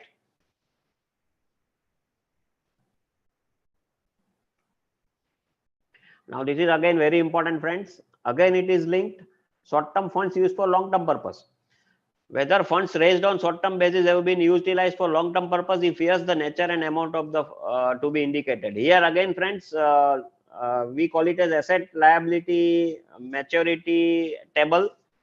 So generally what happens that if I am borrowing some long-term funds, then generally I should invest in such a maturity period so that I will be able to repay those funds wherever it becomes due. Okay. But suppose I have raised short-term funds, maybe for working capital, but I am actually investing in PPE, or I am investing in buying the shares of my subsidiary, then there is a prima facie asset liability mismatch, right? Or suppose I am borrowing a fund to be repaid in 3 years, and I am investing in a, or I am lending in a infrastructure project where I am going to get funds back after 10 years. So here again there is a mismatch. So I know that my short-term funds I have used for long-term purpose. So whenever that will become due, it will be very difficult for me to actually repay the funds. So there is a prima facie mismatch. So such kind of thing we will have to actually report here. So here again current ratio, how it will generally, if current ratio is less than 1, okay, then prima facie it indicates that I have used my short-term funds for some long-term things. Otherwise my generally current ratio will never be less than 1. Okay. So this is one of the trigger points from where as an auditor we may inquire why that current ratio is less than 1. So let me check whether borrowing को कहीं long term में तो नहीं डाल दिया है, short term borrowing को. So this is how, plus cash flow statement तो आपको दिखाएगा. So you review this way, and if you find something, then you will have to report here. That is important.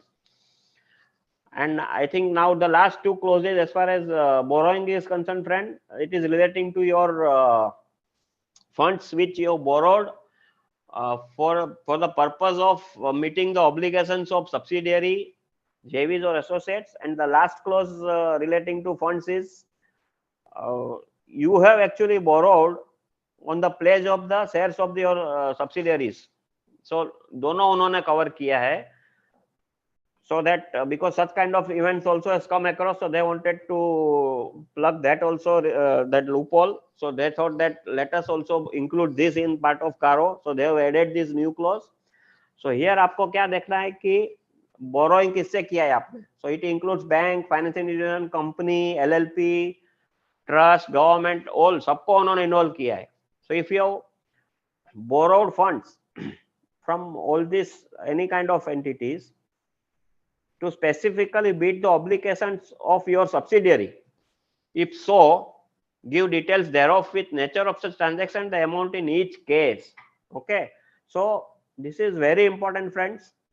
आपको इसमें again that cash flow will be important. Cash flow statement, even equity आपने issue किया है, that is also covered.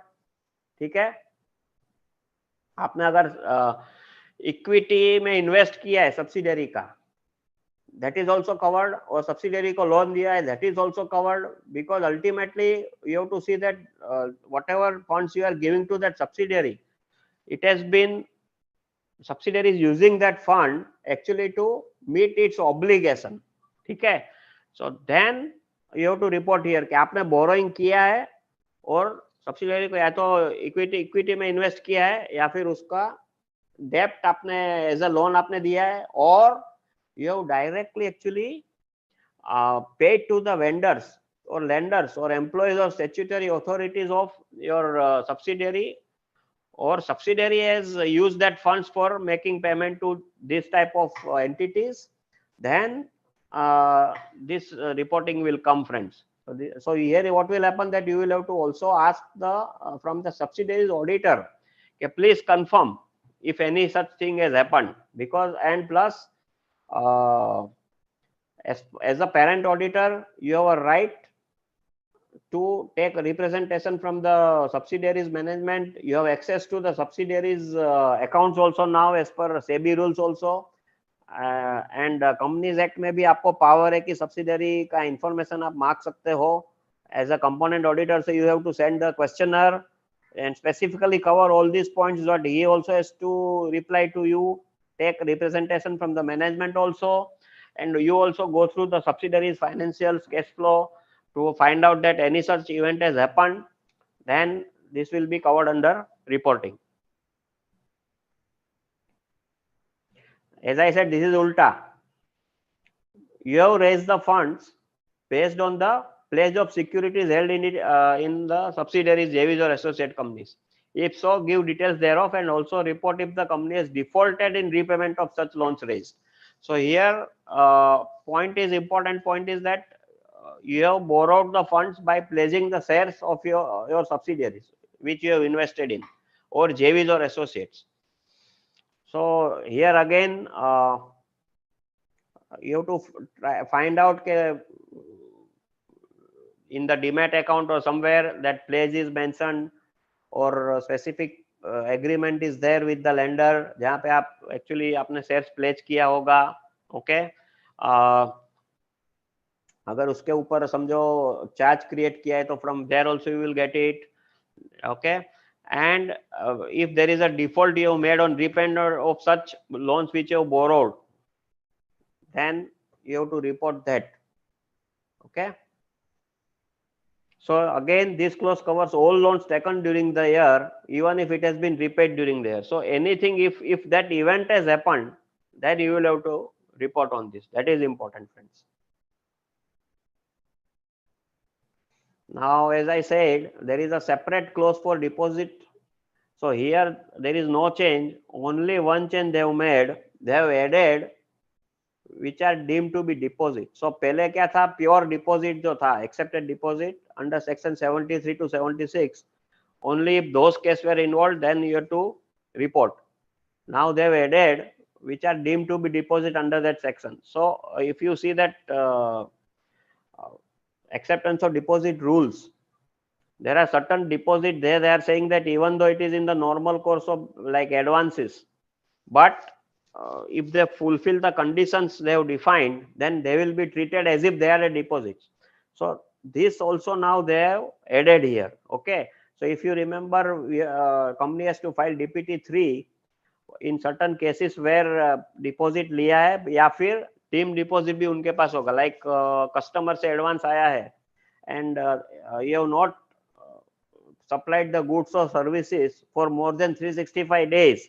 Okay, then that customer advance will be treated as if it is a deemed deposit, and all these provisions of section 73 to 76 will be applicable to you, and you will have to fulfill all those obligations as if those advances were actually public deposit.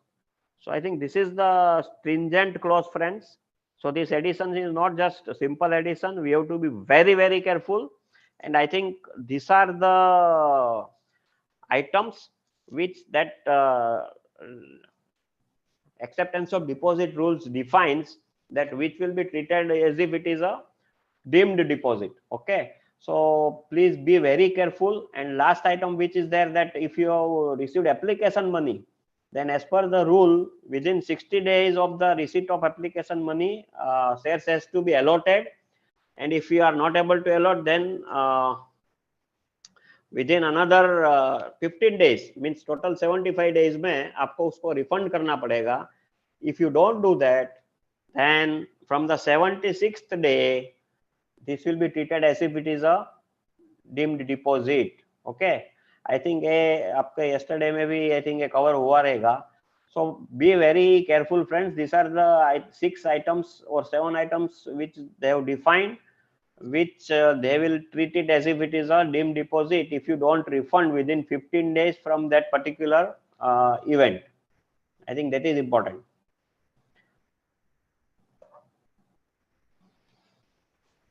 Previously unrecorded income, I think this is also covered under schedule 3. So wherever there is a survey search which has happened or any assessment is going on, and in that case, if a company has declared on its own voluntarily, and because of that some additions has happened, and voluntary if it has been declared, then we have to report that whether it has been properly recorded in the books of the account or not, right? So here I think yesterday also they must have covered that by force, coercion, or any other way, if you have been forced to declare something, then that will not be treated and it is not required to be disclosed here. Okay, even if authority has actually added something, and you may feel that you have represented, right, that this is not correct, my facts are different, and this addition should not apply to me, but you may take a conscious decision, right, to buy peace of mind, and based on that it is there in representation letter that to buy peace of mind, I am not actually proceeding further with appeal, and I am not disputing that, and I am paying. Even those cases, based on the facts of the representations which you have made to the officer, if it is proved that you had actually disputed those additions, you have fought for that additions, and even after the officer has denied those things and made additions, and then you have said that okay, I want to buy the peace, I don't want to fight, and I surrender. So those cases also will not be treated as a voluntary disclosure, and this reporting under this clause will not apply. I think this is what is important, friends. So yeah, CSR reporting. Again, here only two clauses, friends. One is if it is an ongoing project, then within 6 months of the expiry of financial year, you need to deposit in a separate account. Okay, and if it is not an ongoing project, okay, then sorry, if it is a not ongoing project, then 6 months time is there. If it is an ongoing project, then 30 days के अंदर आपको separate account में डालना पड़ेगा. And if it is not an ongoing project, then you have to deposit in certain funds, जो government का funds है, like जो PM का fund है, they have defined that National Relief Fund is there, Swachh Bharat Course is there, Clean Ganga Fund is there, PM CARES Fund is there, State Disaster Management Authority is there, Skill Development Fund is there. So you can deposit in those funds, okay, in within 6 months from the end of the reporting year, so that you can comply with those requirement of CSR spend. Okay, and Schedule 3 में disclosure are more stringent, friends. वहाँ पे तो actually आपको अब तक का कितना unpaid है वो भी देना पड़ेगा. So at least यहाँ पे वो नहीं है. So Schedule 3 is more stringent, and here you have to just see that whether within the time frame they have complied or not. If it is not, then actually you have to report under CARO. Otherwise, it is not required.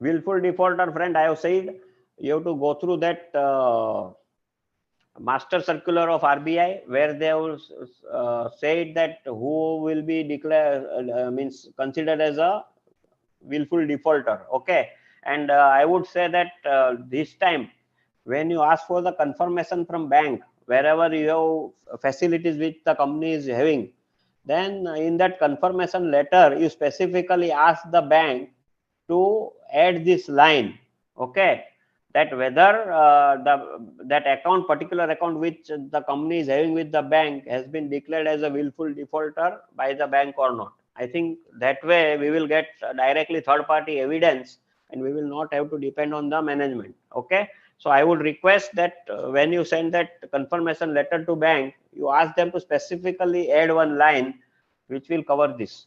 So we will get the first hand information. Okay, and as I said, as per the law, banks has to file with the credit information companies like CARE, CRISIL, and all others if there is such accounts, okay, defaulter accounts are there, and that anything about 25 lakhs ka account रहेगा, and if there is any such kind of diversion, siphoning off, or any overdue payments, or it has been declared as willful defaulter, then the bank has to file every month with those companies.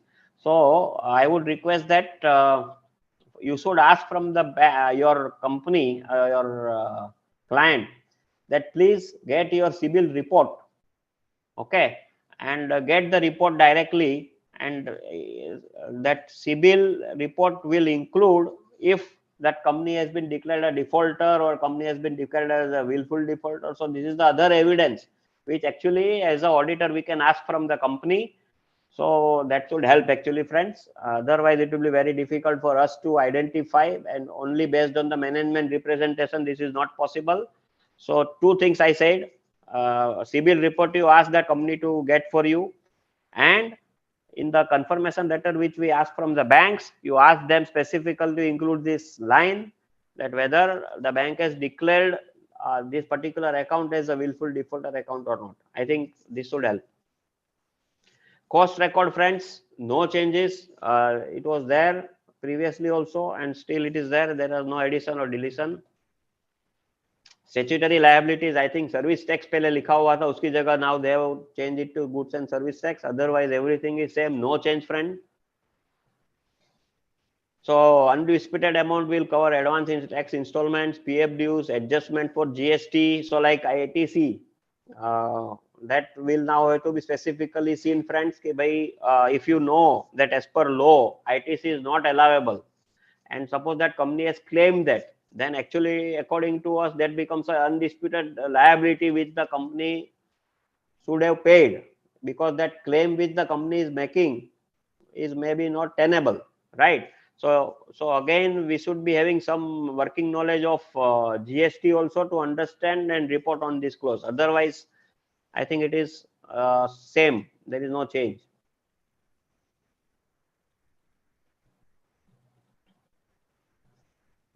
This is also same, friends, no change.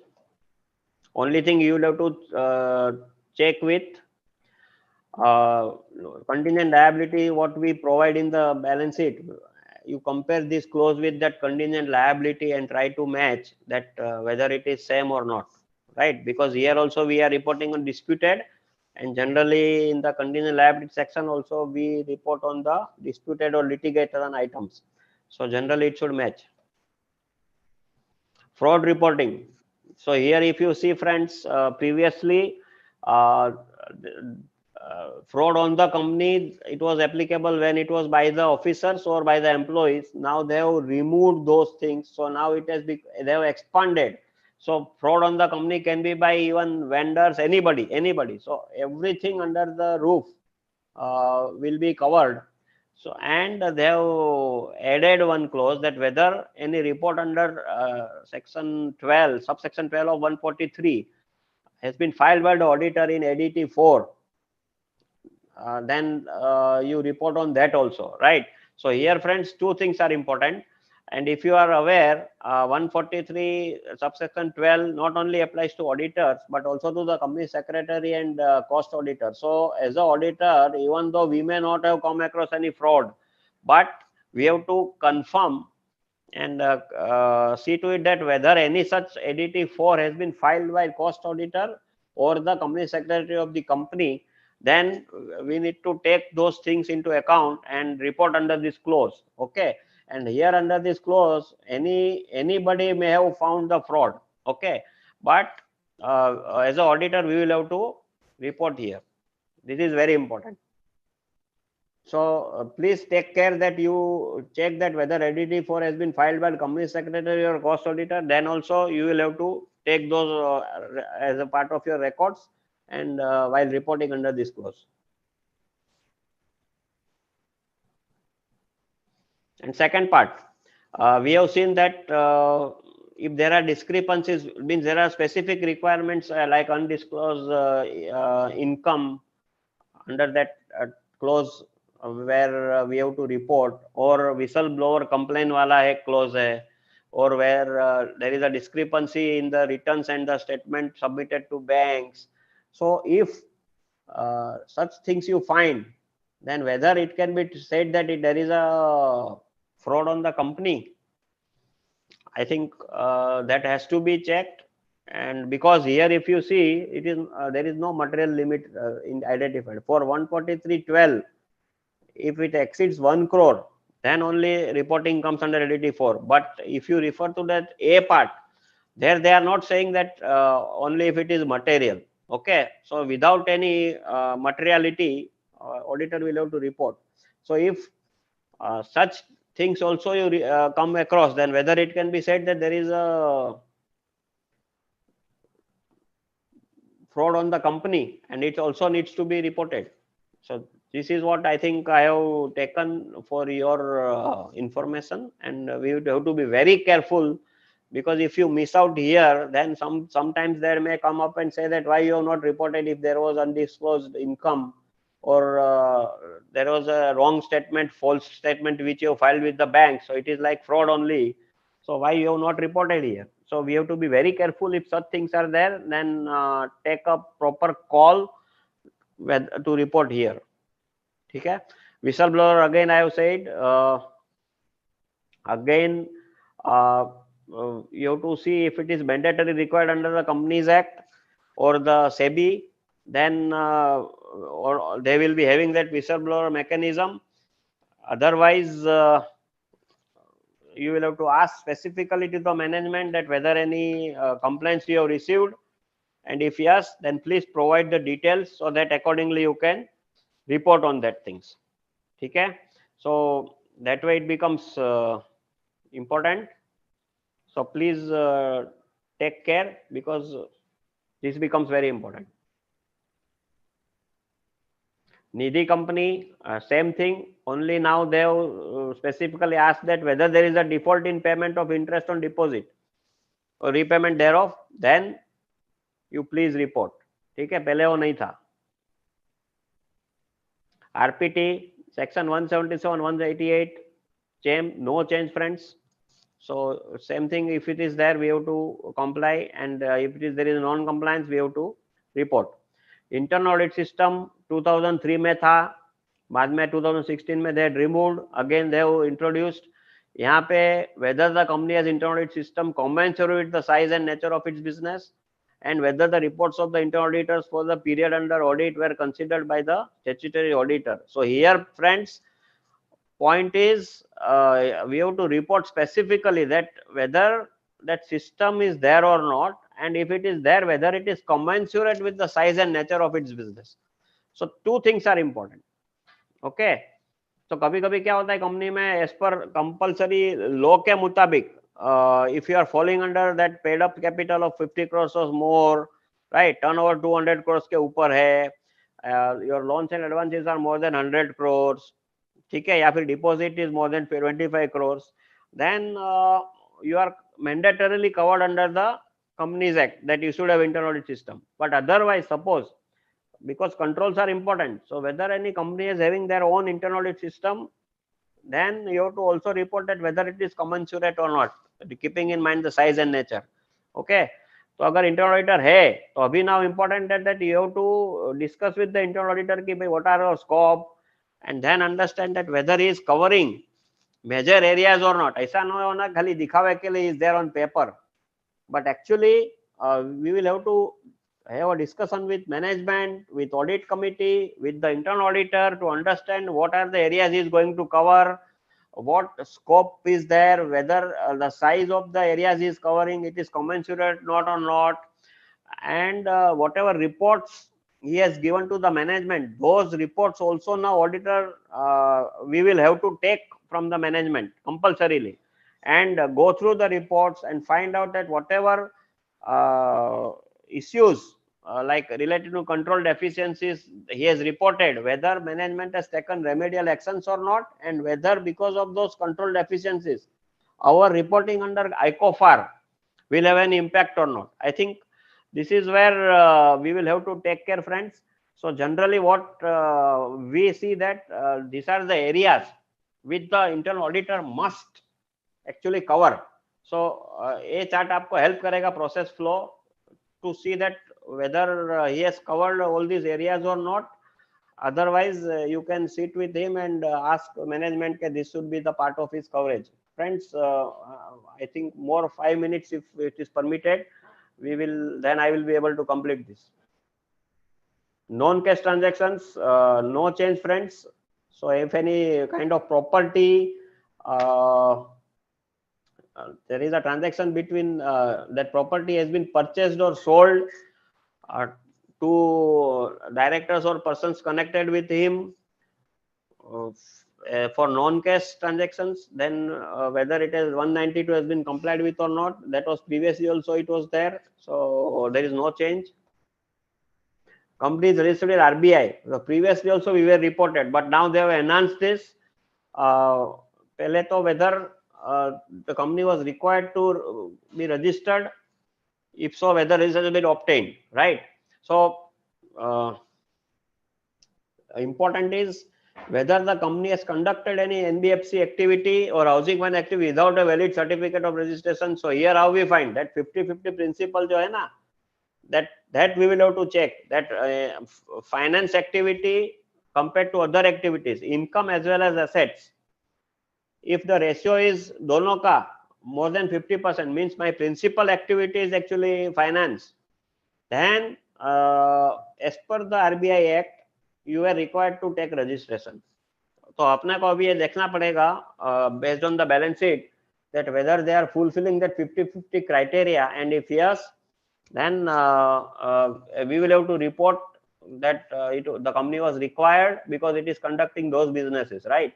And second thing, under the RBI Act also, auditors are required directly to report to the RBI if they come across such. So CARO में नहीं होता, फिर भी as a auditor we were required to report to the RBI, but now they have included this in CARO itself. Plus उन्होंने core investment company को भी अंदर ले लिया है कि whether if the company is having core investment or whether the company is a core investment company, then whether it fulfills the criteria. Okay, and if the group has more than one core investment company, then kitni hai, that you have to indicate.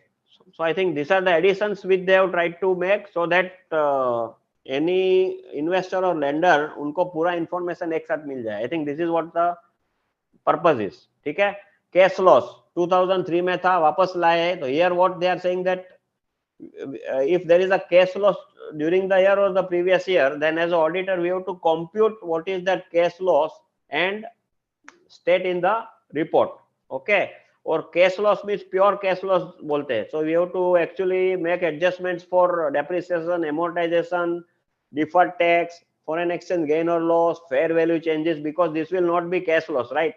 So plus auditor ने कुछ qualify किया है, and because of that qualification your loss increases, then you have to take care of that qualification also and give effect to that qualification for having it this cash loss. I think this is very important.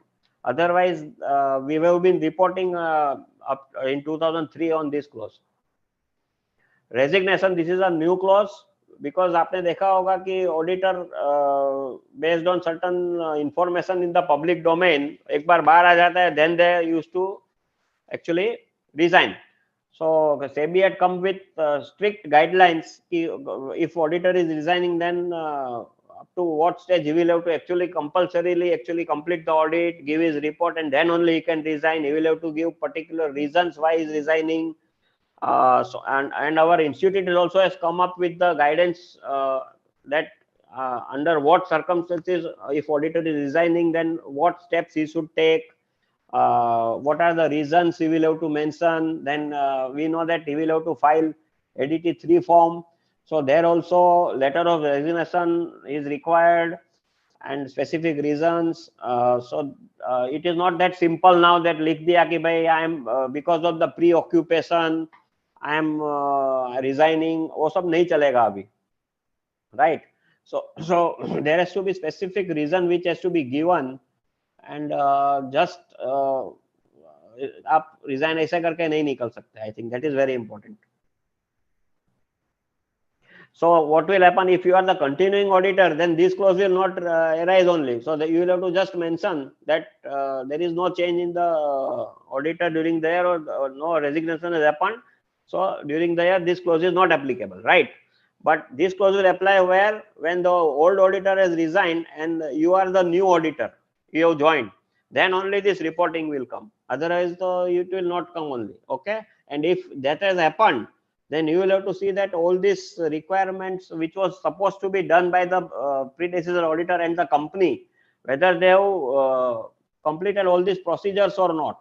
That is what you will have to actually, as an incoming auditor, it will be your duty to see that all these things have done and take it on your record and try to identify the reasons why it has happened, why he has resigned, because NOC also is mandatory.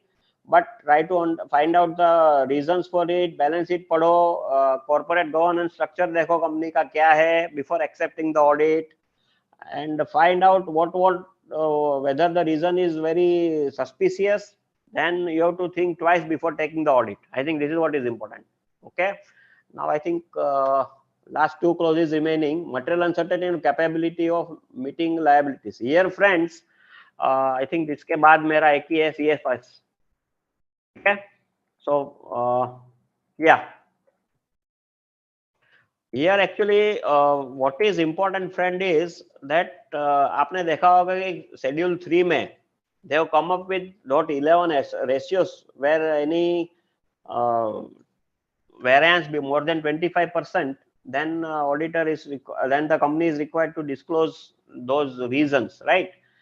Here they have brought in specifically that whether there is means as an auditor, you will have to now go into details, compare the financial ratios, go through the aging schedule, expected date of realization of financial assets and payment of financial liabilities.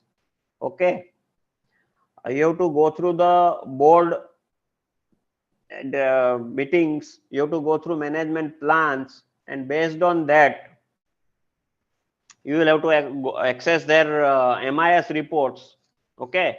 And that also when up to the date of your issue of the report, तब तक आपको देखना पड़ेगा कि कुछ plan से या फिर तब तक कोई डिफॉल्ट हो गया है कि नहीं, और जो भी ड्यू था तब तक whether company was able to repay or not, all obligations.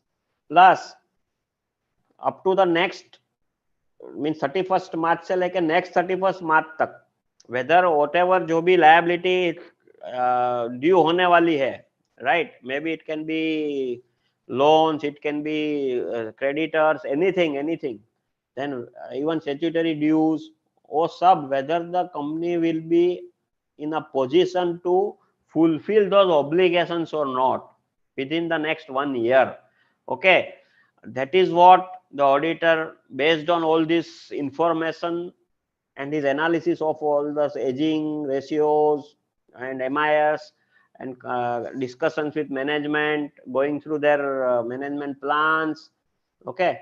He will have to actually identify, and if he finds that yes, there is a material uncertainty, then he will have to report here.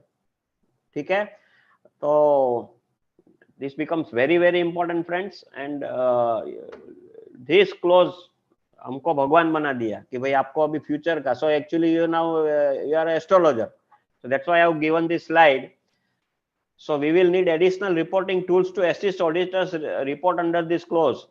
So tarot card या फिर अपना parrot का reading, ठीक है, या फिर एक crystal ball अपने पास रखना पड़ेगा, और उसमें फिर अब्रा का डाबरा जो बोलते हैं कि we will have to see that whether we will be able, that company will be able to fulfill or not. I think this is very onerous responsibility, friends. So be very careful. And actually आपको Infosys का report already आ गया है. Okay. तो उसमें उन्होंने इसके ऊपर report किया है. तो I would like that you read that clause. वहां पे what language they have used, because they are very clear के भले उसके ऊपर लिखा है कि it will be able to full, बाद में होते हैं कि there is no guarantee, because as a auditor we are not God. ठीक है. So please read that clause and try to incorporate that clause when you report on this clause in your client's case. So Infosys में already आया हुआ है. You can refer that. Okay. CFS में मैंने ये बोला था कि only if there is a component auditor ने अपने कारो रिपोर्ट में, तो पहले तो जितनी भी सब्सिडियरीज है उसमें अगर कारो जिसकी कंपनी में कारो एप्लीकेबल है उसी को आपको लेना है, ओके। और वहां पे सब्सिडियरी के ऑडिटर ने कारो रिपोर्ट में कोई भी क्वालिफिकेशन या एडवर्स रिमार्क दिया है, प्लस पेरेंट के ऑडिटर ने अपनी स्टैंड अलोन बैलेंस शीट में if they have given any qualification, then only this clause will apply at CFS level. बाकी CFS level में CARO is not applicable, and secondly you have not to give any details. You have to just give subsidiary का नाम, उसका SIN number क्या है, okay, what is the size of the company, means उसका turnover क्या है, उसका maybe total assets क्या है, that can be given, and then you have to just give the clause number in that CARO report of that subsidiary जहाँ पे qualification है, nothing else. So this is what is given. So you will have to give subsidiary wise details, plus parent auditor ने भी कुछ qualify किया है तो that also will be reported under this clause. So I think this is what, friends, you have to take care. And that was all, friends. Thank you for giving me this opportunity and having a patience hearing. And I know that I overshoot by 10 minutes. But hope I have addressed most of the issues which as an auditor we will have to report. So that's all, friends. If anything, then I'll be happy to answer. If any members is having any question, please ask.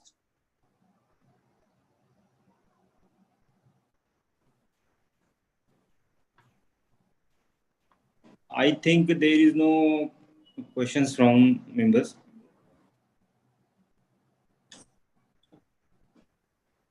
Okay, so let's proceed for vote of thanks.